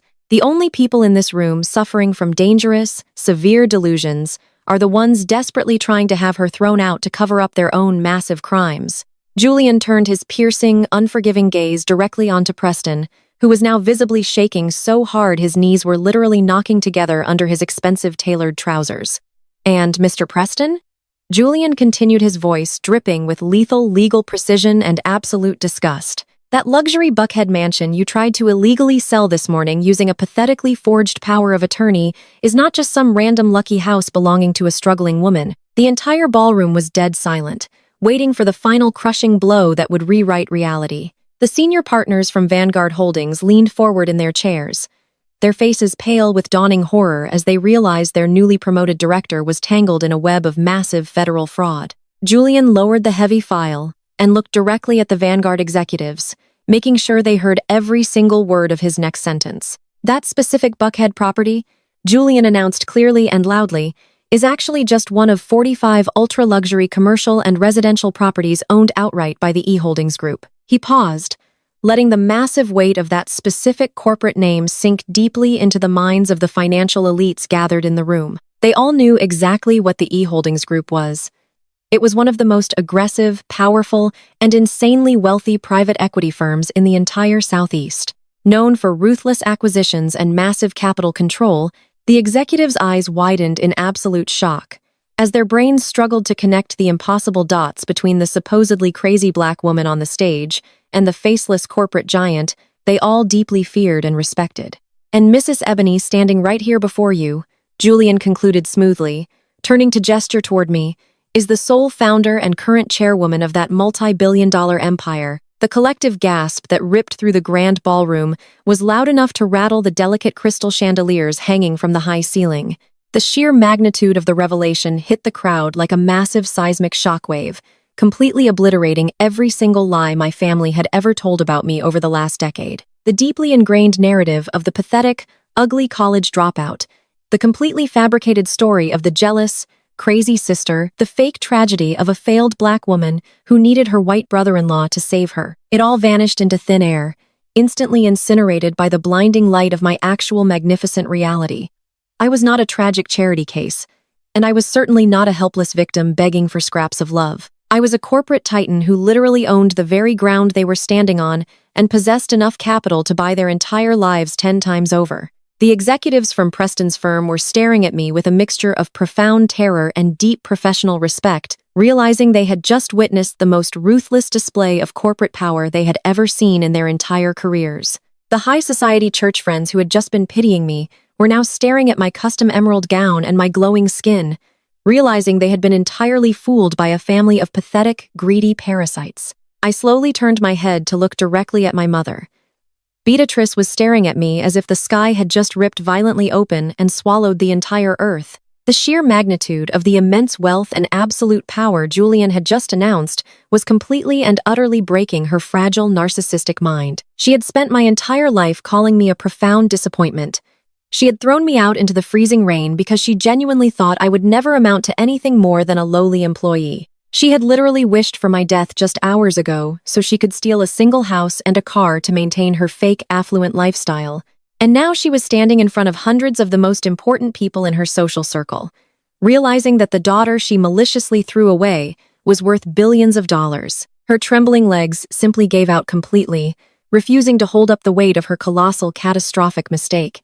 Beatrice collapsed backward, falling heavily and awkwardly into a padded velvet chair behind her. She sat there gasping for air like a fish out of water, her eyes wide and entirely vacant, completely unable to believe her own ears. The glamorous fake world she had sacrificed her own flesh and blood to build was utterly gone, forever, crushed, completely under the heel of my red-bottom shoes, leaving her with absolutely nothing but the crushing reality of her own monumental failure as a mother and as a human being. The heavy presence of the financial crimes detectives completely shifted the power dynamic in the grand ballroom. The security guards who had been marching toward me immediately backed away, raising their hands in a gesture of absolute surrender.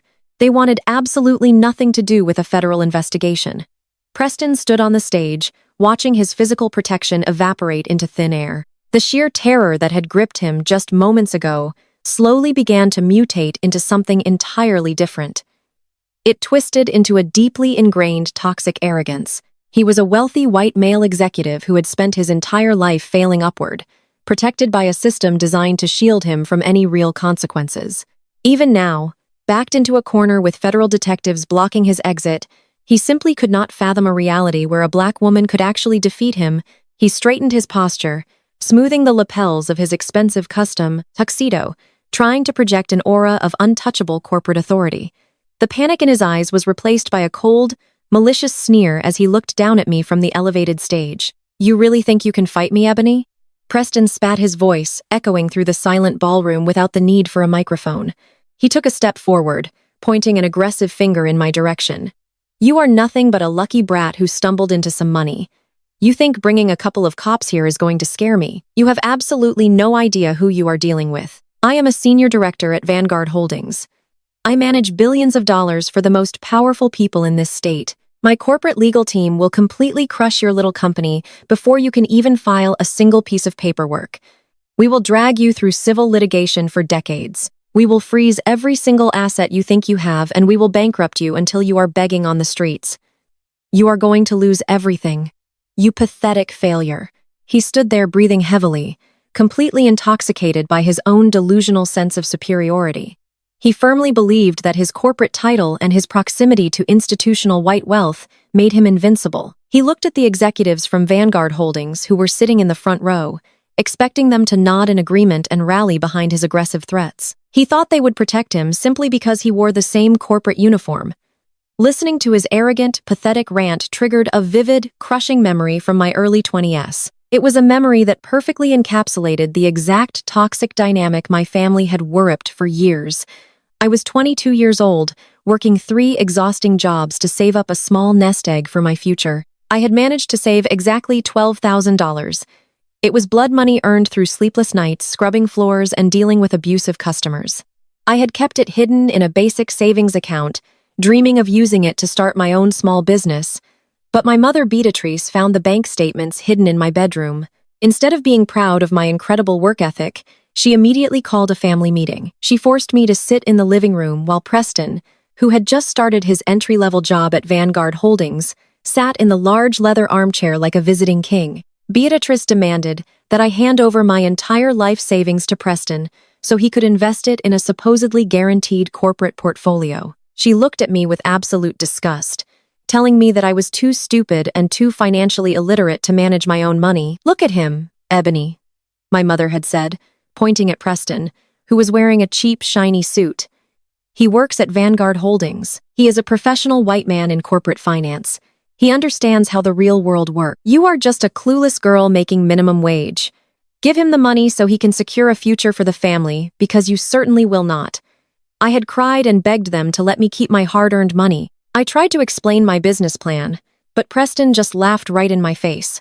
He told me my ideas were completely worthless, and that a black woman with no degree had absolutely zero chance of succeeding in the real world. He promised to double my money in 6 months using his elite corporate connections. The pressure from my mother and sister was so intense and so suffocating that I eventually broke down and transferred the funds to Preston's account.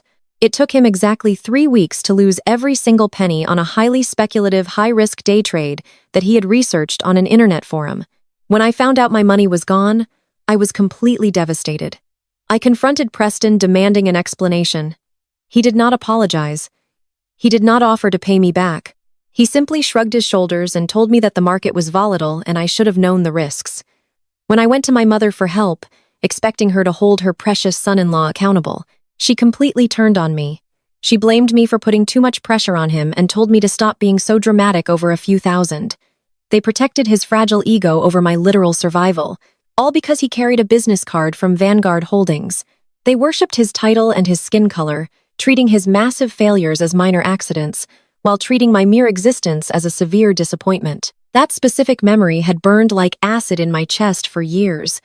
It was the exact moment I realized that my family would gladly watch me starve to death as long as Preston remained comfortable. I remembered how Beatrice had paraded Preston around our neighborhood after he got that entry-level job at Vanguard.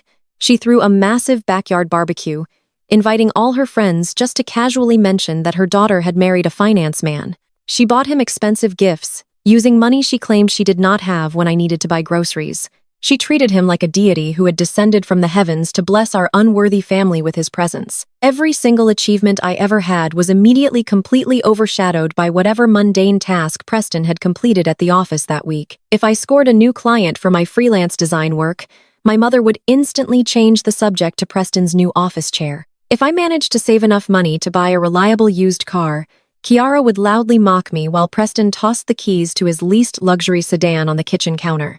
They fed his ego constantly, creating a monster of pure entitlement who truly believed the world owed him everything he desired. But standing in the grand ballroom tonight, listening to him use that exact same corporate title as a weapon against me, the memory no longer caused me any pain. It only highlighted the absolute hilarious irony of his current situation. He was trying to use Vanguard Holdings to terrify a woman who had just spent the last 5 years destroying companies twice that size. He was threatening me with a legal team that I could easily buy and sell before breakfast. That same entitlement was radiating from him right now on the stage of the Chateau Elite Club. He was clinging to the name Vanguard Holdings as if it were a magical spell that could make the police detectives disappear and turn my billions of dollars back into dust. He was a pathetic small man, hiding behind the logo of a massive corporation, blindly trusting that the systemic privilege he had enjoyed his entire life would automatically protect him from the consequences of stealing from a black woman. I remained perfectly still at the bottom of the stage steps, letting his pathetic threats echo and die in the massive room. The wealthy guests watched in absolute stunned silence, waiting to see how I would react to his aggressive corporate posturing. They expected me to flinch. They expected me to yell back or show some sign of intimidation. Instead, I slowly and deliberately crossed my arms over the smooth silk of my emerald green evening gown.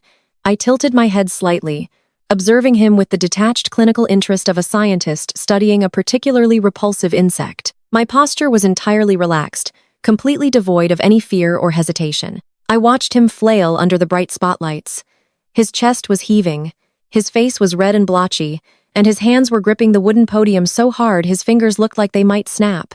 He was a drowning man, screaming at the ocean, demanding that the waves stop crashing over his head. The sheer desperation in his voice was the sweetest music I had ever heard. I let him run out of breath, allowing the heavy, suffocating silence to press down on his shoulders once again. The Vanguard executives in the front row were no longer clapping or smiling. The regional vice president, a stern older man with silver hair, was staring at Preston with a look of absolute sheer disgust. He had just realized that the man he had promoted earlier that week was not a rising star, but a massive, catastrophic liability.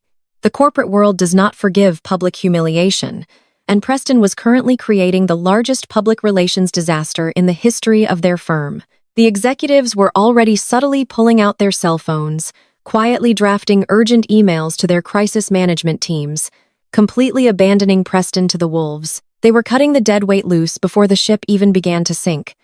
I watched Preston desperately search their faces for any sign of support, but he found only cold corporate indifference. His safety net was completely gone. The wealthy church ladies who had praised him earlier were now clutching their pearls and whispering harsh judgments about his criminal behavior. The elite society he had stolen my money to impress was actively turning their backs on him, treating him like a diseased animal that had wandered into their pristine ballroom. The isolation he was feeling right now was the exact same isolation he and my family had forced upon me for an entire decade.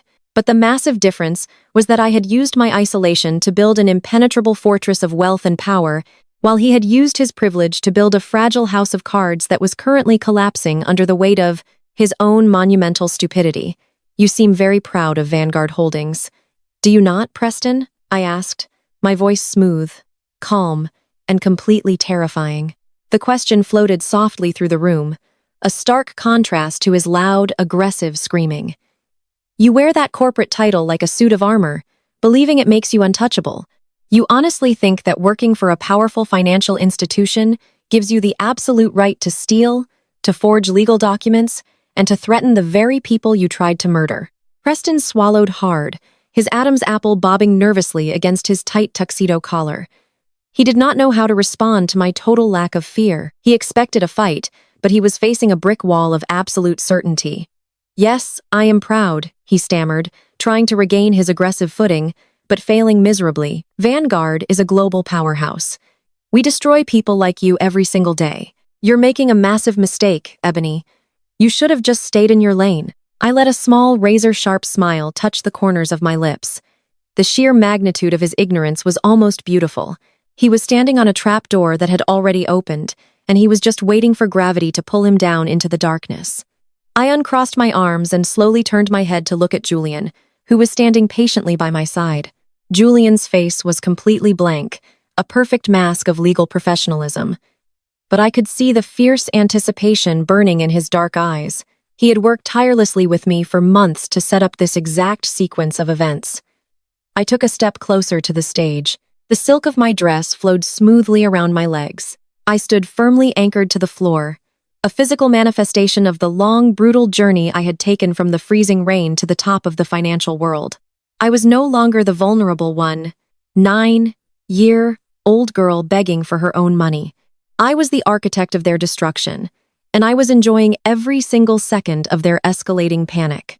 You really should have done your research, Preston, I said, my voice dropping to a low, dangerous volume that forced the entire room to lean in just to hear me. You spent so much time practicing my signature on those forged documents, but you never bothered to look into the corporate structure of the company you worship so much. You were so blinded by your own greed that you failed to see the massive shadow moving right over your head. You thought you were the smartest person in the room simply because you were the loudest, but the loudest people in the room are always the easiest targets to eliminate. It is truly fascinating how much faith you place in an institution without knowing anything about its actual foundation, I said, turning my gaze back to Preston. You threatened me with a corporate legal team, but you failed to understand the most basic fundamental rule of finance. The people who work for the company do not hold the real power, Preston. The people who own the company hold the power. I took a slow, deliberate breath, letting the air fill my lungs completely. The sharp pain in my fractured ribs was nothing compared to the absolute overwhelming rush of victory preparing to wash over me. The executives from Vanguard Holdings, sitting in the front row, suddenly looked extremely nervous, shifting uncomfortably in their seats and exchanging worried glances. They knew something was terribly wrong. They could sense the massive shift in the atmosphere, and they were beginning to realize that the woman standing in front of them was holding a card that could destroy their entire corporate structure. Preston opened his mouth to speak, but nothing came out. His throat moved convulsively as he tried to swallow the massive lump of terror blocking his airway. His hands slowly slid off the wooden podium, his legs shaking so badly he looked like he might collapse onto the stage at any given moment. Kiara had completely stopped crying, now staring at me with a look of pure, unadulterated horror as she finally realized that the sister she had mocked and tormented her entire life was completely out of her reach forever. Beatrice remained slumped in her velvet chair, staring blankly at the crystal chandeliers hanging from the ceiling. The reality of her colossal failure was completely short-circuiting her brain.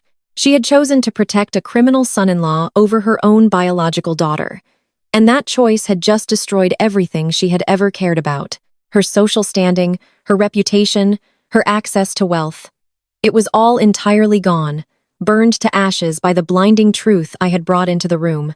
I turned my attention fully to Julian, maintaining absolute silence for another long, agonizing moment. The tension in the grand ballroom was stretched so tight it felt like the crystal chandeliers might shatter from the pressure alone. Preston was sweating profusely, his eyes darting frantically between me and the heavy leather briefcase resting on the podium. I looked at the two federal detectives standing quietly at the base of the stairs, their presence a solid, undeniable guarantee that Preston's future would be spent behind cold iron bars. The entire room was holding its collective breath, waiting for the final crushing blow. I nodded my head once, a single, sharp, decisive movement that signaled the absolute end of Preston's miserable, arrogant existence. Open the final briefcase. Julian, I commanded, my voice ringing with total, absolute authority. Julian reached into his open leather briefcase with calm, methodical precision. Every single person in the grand ballroom held their breath as the rustle of official papers echoed clearly through the quiet room. Preston watched Julian's hands with wide, bloodshot eyes trembling so violently that he had to hold on to the edge of the stage wall just to remain standing. Kiara stood frozen beside him, her hands pressed against her mouth as cold sweat ran down her neck. Beatrice sat slumped in her velvet chair, staring blankly forward as if her brain had completely given up on trying to process the nightmare unfolding around her. Julian pulled out a thick legal document encased in a heavy blue executive folder. Affixed to the front cover was a raised red corporate seal that gleamed under the warm light of the crystal chandeliers. He did not hand it to Preston directly. Instead, he walked slowly to the edge of the podium and dropped the heavy document onto the wooden surface right in front of Preston, shaking hands. The sharp, loud thud of the folder hitting the wood sounded like a gavel slamming down to mark the end of a trial. Preston stared at the red seal as if it were a venomous snake preparing to strike. His eyes darted from the paper up to my face and then back down again, refusing to accept what his mind was desperately trying to deny. You are a financial director, Preston, I said, my voice cutting through the heavy air with razor-sharp clarity and absolute cold composure. Yet you do not even bother to read your own firm's quarterly shareholder reports. Did you honestly not check who was behind the private equity firm that acquired 60% of Vanguard Holdings last month?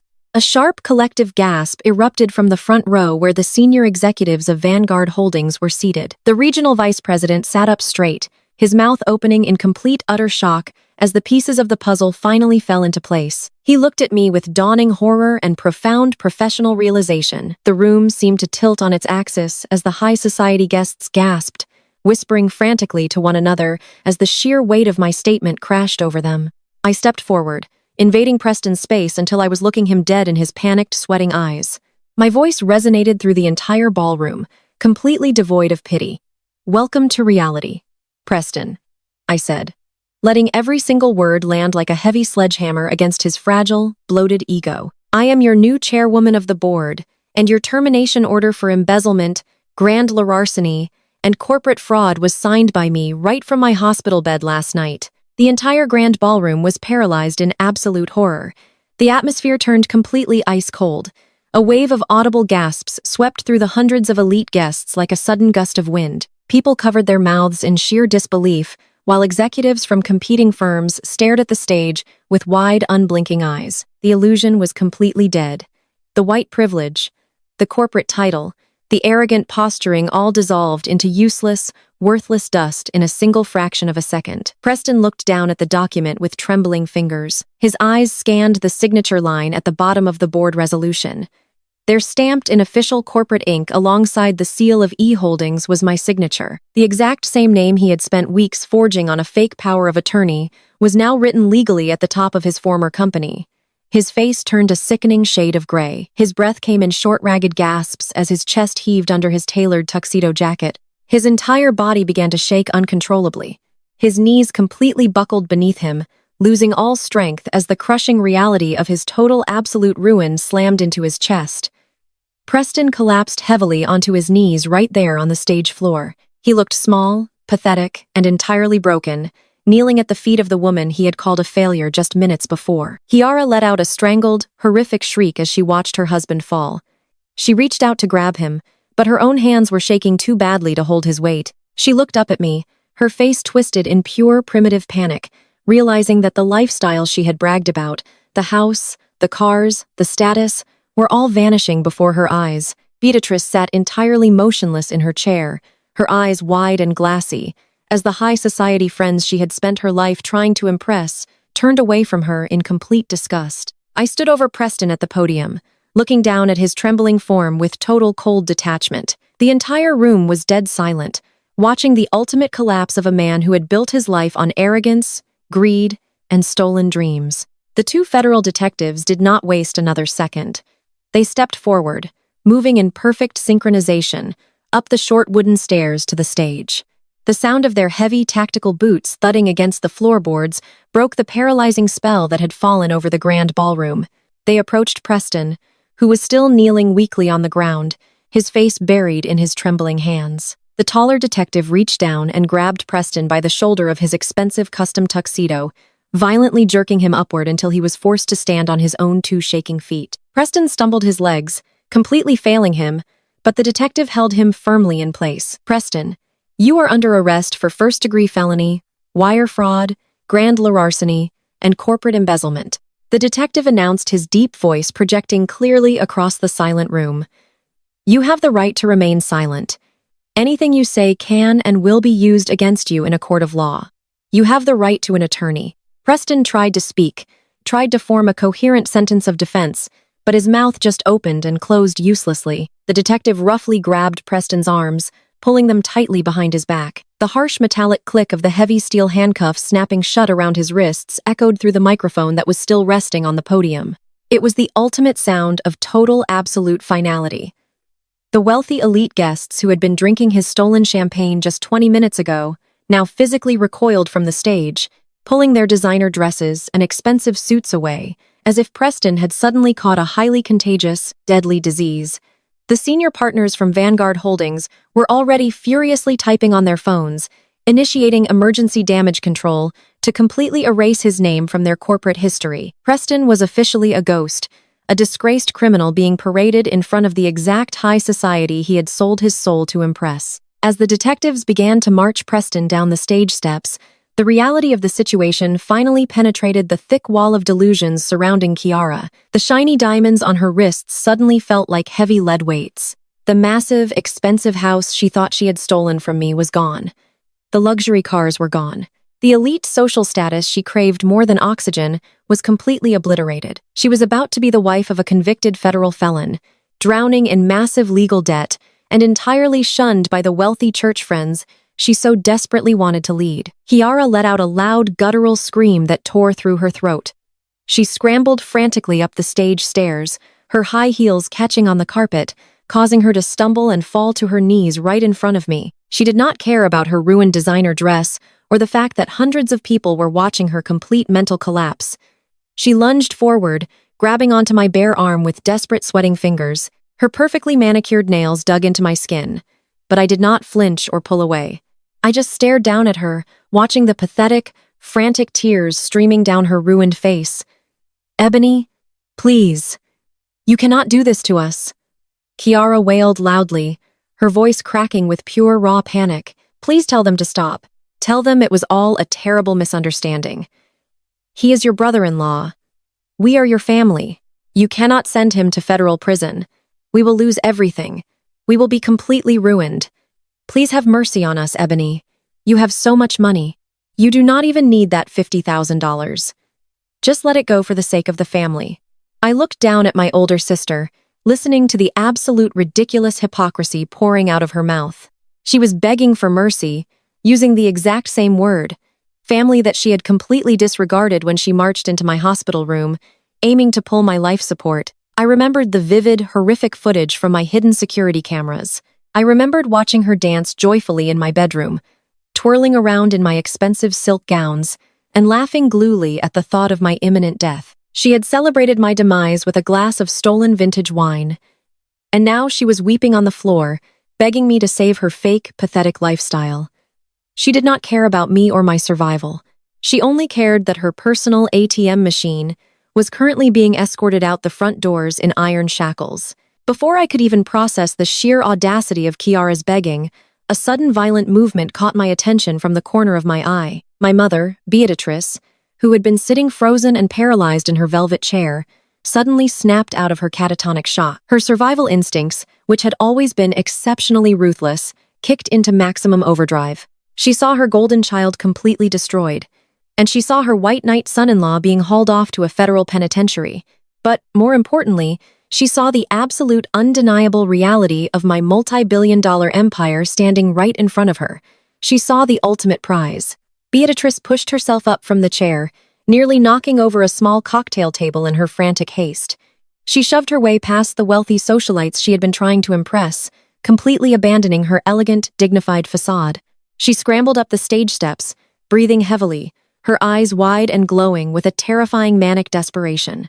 She practically shoved Kiara out of the way, kicking her own favorite daughter to the side, just to get closer to the real source of ultimate wealth and power. Beatrice reached out and aggressively grabbed both of my hands, gripping them so tightly it actually hurt my knuckles. Her face twisted into the most bizarre, grotesque mask of fake maternal affection and dramatic sorrow I had ever seen in my entire life. Tears began to well up in her eyes, perfectly timed and expertly executed. "Ebony, my beautiful, brilliant daughter," Beatrice cried out, her voice, projecting loudly enough for the remaining crowd to hear. I knew it. I always absolutely knew it.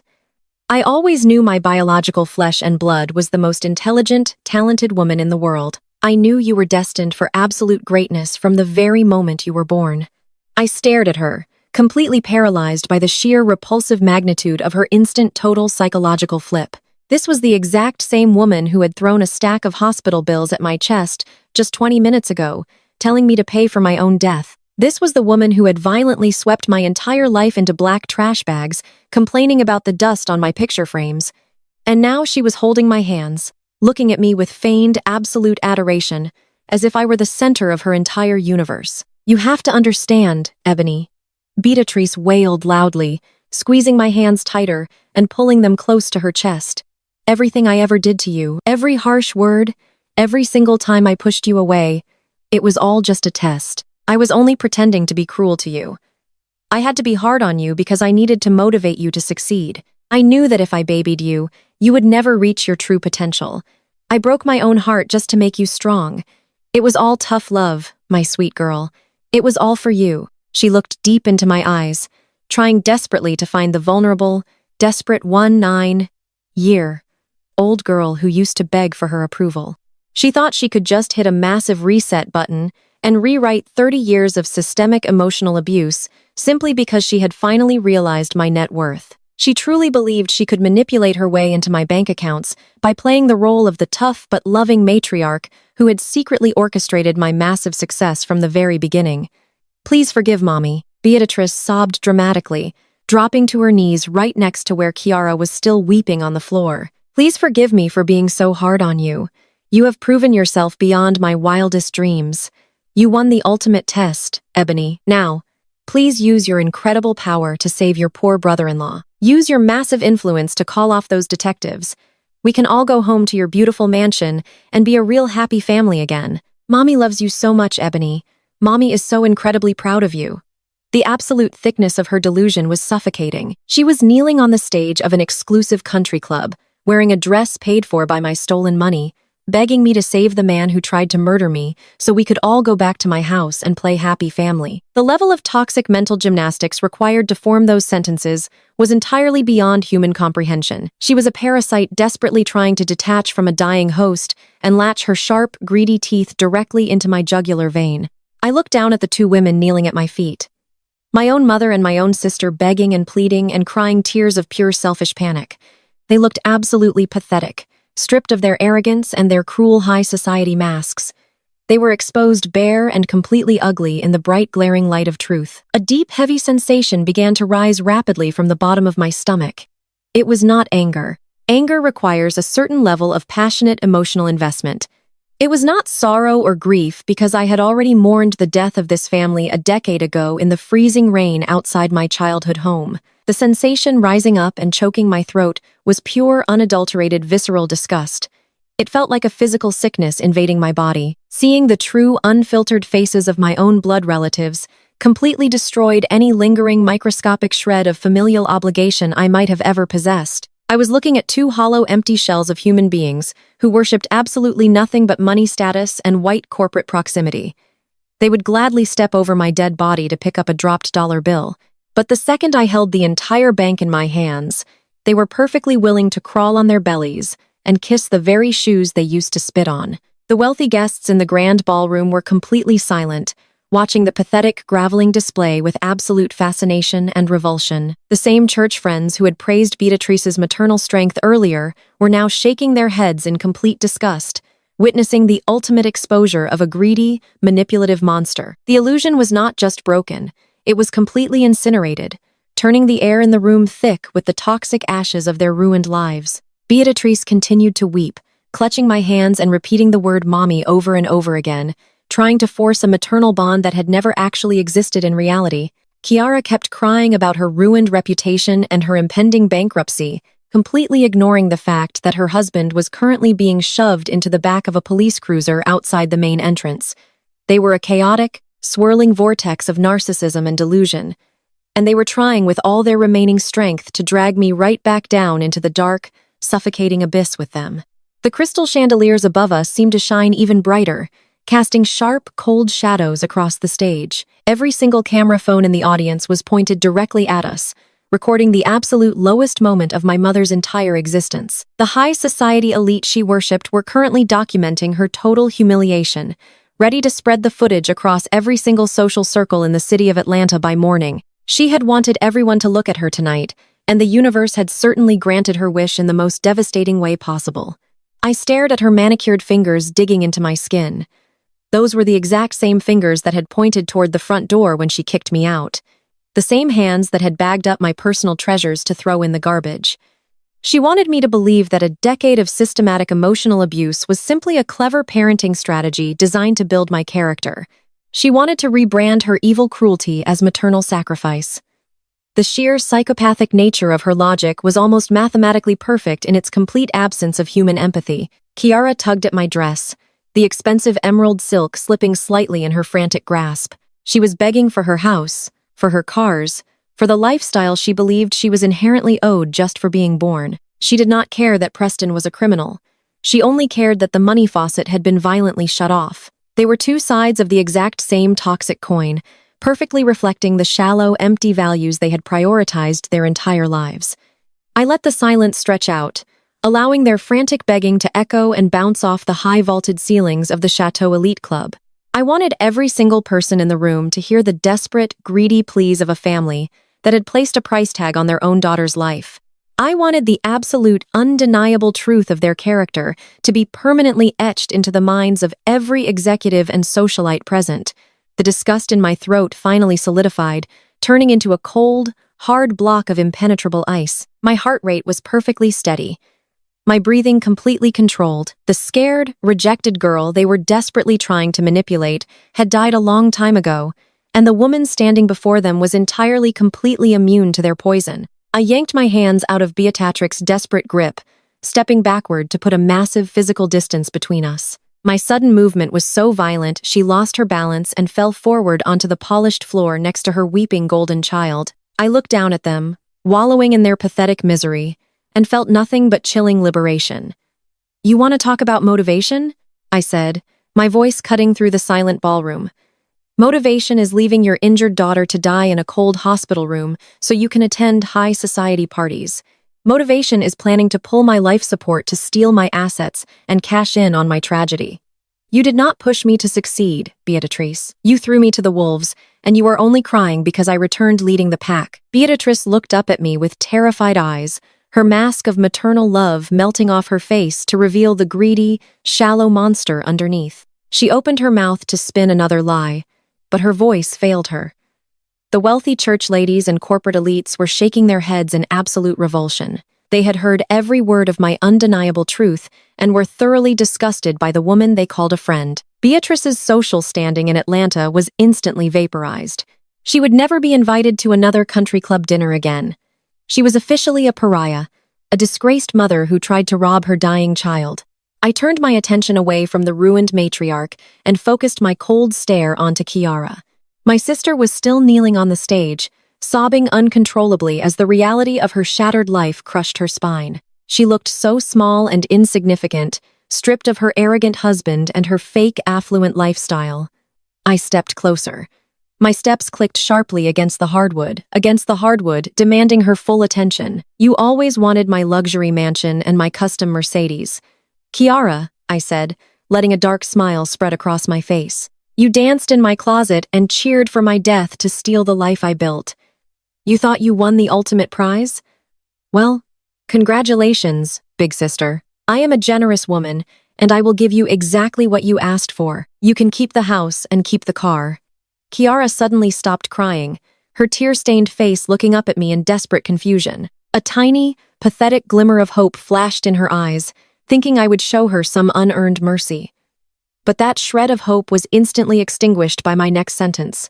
"You can keep all of it," I continued, my voice dripping with lethal poison, "because Julian has prepared the legal documents to transfer the massive property tax bills and the luxury maintenance costs into your name. And since your husband Preston committed federal wire fraud using your joint marital accounts, you get to keep that massive criminal debt, too. The government will seize every single penny you think you have left. You are going to be drowning in millions of dollars in federal restitution and legal fees for the rest of your miserable life. You wanted to live like a billionaire, Kiara, and now you get to pay the exact price for it." Kiara let out a horrific scream of agonizing despair, throwing her hands over her ears as if she could block out the reality of her impending financial doom. She knew exactly what that meant. Without Preston's corporate salary and my stolen money, she would be completely bankrupt before the end of the month. She would be evicted from her upscale neighborhood and forced to work minimum wage jobs just to survive, exactly like she and my mother had forced me to do 10 years ago. The poetic justice was absolutely beautiful. The very trap they had so maliciously set for me had snapped shut right around their own necks. I took a deep breath, feeling the toxic chains of my past completely fall away from my soul. I looked out at the massive crowd of shocked, silent guests, making sure every single person in the grand ballroom was paying attention to my final declaration. I stood tall and completely unbothered, a self-made titan severing the dead, rotting branches of my family tree. "Listen to me very carefully," I announced, my voice echoing through the massive room with absolute finality. "From this second onward, I have no mother and I have no sister. You are nothing to me. You are not my blood. You are not my family. You are nothing but greedy parasites that I have just permanently cut off from my life. If you ever try to contact me again, if you ever show your faces near my home or my corporate offices, I will have my legal team crush whatever tiny pieces of your lives you have left. You are completely dead to me. I stared at them for one last long moment, ensuring that the freezing cold truth of my words penetrated the deepest layers of their delusional minds. Beatrice was sobbing into her hands, rocking back and forth on the floor while Kiara wept loudly beside her. They were utterly defeated, completely destroyed by their own bottomless greed and sickening arrogance. They had bet everything on the destruction of a black woman they deemed inferior, and they had lost the entire game. I did not feel a single ounce of pity or remorse as I looked down at their broken, weeping forms. They had dug their own graves, and now they had to lie in them, the immense suffocating weight I had carried for decades. The desperate need for my mother's approval and my sister's validation was entirely gone. It was completely replaced by a vast ocean of pure, limitless freedom. I had finally reclaimed my power, my identity, and my life.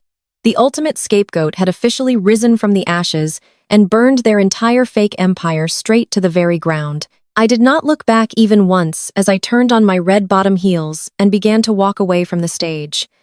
The heavy oppressive atmosphere of the grand ballroom seemed to part completely for me as I moved down the center aisle. Behind me, the sound of my mother's pathetic wailing echoed off the vaulted ceilings, mixing with Kiara's hysterical shrieking as the reality of her total financial ruin finally crushed her spirit. They were screaming my name, begging me to come back, begging for the money they thought they were entitled to simply because we shared the same blood. I completely ignored them, letting their desperate cries fade into worthless background noise. The wealthy elite guests and the corporate executives from Vanguard Holdings stepped out of my way, casting their eyes downward in absolute terrified respect. They knew they had just witnessed the complete and utter destruction of a family that had dared to cross me. I pushed open the heavy oak double doors of the Chateau Elite Club and stepped out of the suffocating, toxic environment forever. The cool, crisp air of the Atlanta night hit my face, bringing an instant, profound sense of peace to my lungs. I took a deep, slow breath, feeling the dull ache in my healing ribs, but knowing that the deepest wounds in my soul were finally completely cured. Down in the circular stone driveway, the chaotic scene was coming to a beautiful, absolute end. The bright flashing red and blue lights of 3 federal police cruisers painted the manicured hedges in harsh sweeping colors. I stood at the top of the marble steps and watched with cold, detached satisfaction as the 2 detectives forcefully shoved Preston into the back of a squad car. His protective shield of arrogant white privilege and corporate entitlement had been completely stripped away, leaving him as nothing more than a pathetic common criminal facing the devastating reality of federal prison. The heavy metal door of the police cruiser slammed shut, sealing his fate and erasing him from my world. I walked gracefully down the stone steps, leaving the flashing lights and the shattered remnants of my biological family entirely behind me. Parked quietly at the edge of the circular driveway, away from the chaos, was my sleek black Rolls-Royce. My private security team opened the heavy door for me, and I slid smoothly into the spacious leather interior. The contrast between the bitter, toxic destruction outside and the warm, safe environment inside the vehicle was absolutely striking. Sitting comfortably on the plush leather seats were the only 2 people who truly mattered tonight. Julian, my brilliant lawyer who had meticulously orchestrated every single legal snare, was sitting there with a quiet, victorious smile on his face. Sitting right next to him was Clara, the brave, compassionate nurse who had risked her own career to protect me when I was lying helpless and broken in that hospital bed. They looked at me with genuine pride and unwavering loyalty. They had stood by my side when I had absolutely nothing but a fractured body and a dangerous plan. I smiled back at them, feeling a profound, overwhelming sense of gratitude warming my chest. They were not my blood, but they were my true, chosen family. The heavy car doors closed, shutting out the noise of the club, and we drove smoothly away into the bright glowing lights of the Atlanta skyline, leaving the ashes of my past far behind. The following months unfolded exactly as Julian and I had meticulously planned. The legal and social fallout for the people who tried to destroy me was absolutely catastrophic and completely inescapable. Preston faced a brutal federal trial where his forged documents and stolen wire transfers provided an airtight, undeniable case for the prosecution. His former friends and corporate bosses at Vanguard Holdings completely abandoned him, refusing to offer a single shred of legal support. He was swiftly convicted of first-degree felony wire fraud and corporate embezzlement, and a federal judge sentenced him to 5 long, miserable years in a maximum security penitentiary. Without Preston's corporate salary and thoroughly crushed under the massive weight of the legal fees and luxury property taxes, I had transferred to her name.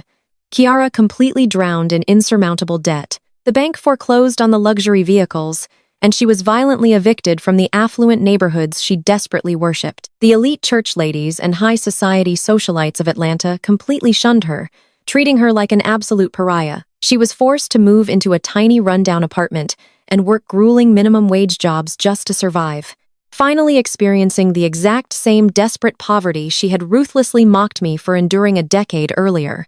My mother Beatrice suffered a fate that was arguably much worse than financial ruin.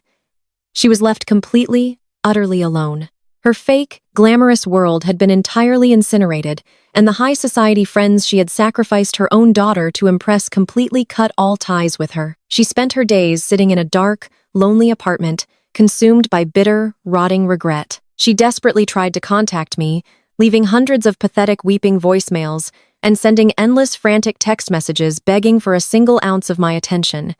She pleaded for forgiveness. She played the victim, and she tried to manipulate my emotions, but every single message went straight into a blocked folder that I never bothered to check. My silence was absolute and permanent. I simply owed myself peace. Exactly 1 year after the horrific car crash that had nearly ended my life, I stood under the bright, warm Georgia sun, feeling completely and utterly invincible. I was wearing a tailored emerald green business suit holding a pair of heavy golden scissors in my hands. Behind me stood the towering glass and steel structure of the brand new E-Holdings Physical Rehabilitation Center. I had fully funded the construction of the massive state-of-the-art hospital using my own private equity capital to ensure that vulnerable patients would always have a safe, supportive place to heal. Standing proudly to my right, wearing her crisp white director's uniform, was Clara, whom I had personally hired to run the entire nursing department. Julian stood smiling in the front row of the massive cheering crowd. I looked at the bright red ribbon stretched tightly across the main entrance and smiled freely, feeling the warm sun on my skin. I squeezed the golden scissors and cut the ribbon, listening to the loud, joyful applause echoing around me. I had built an empire from the broken pieces of my past, and I had finally learned the most important truth in the world. Family is not the people who share your blood or the people you are born to. Family is the people who never ever give up on you when you fall. The ultimate lesson from this story is that your worth is never determined by the people who blindly refuse to see it. Blood relation does not give anyone the right to abuse, exploit, or manipulate you for their own selfish gain. When the people who are supposed to protect you choose to throw you to the wolves, you must learn to become the leader of the pack. True healing always requires the courage to completely sever toxic ties and rebuild your life on your very own terms. Real family is entirely defined by unwavering loyalty, respect, and mutual protective care. If you have ever had to cut off toxic relatives to protect your peace, please share your experiences in the comments below and hit the subscribe button.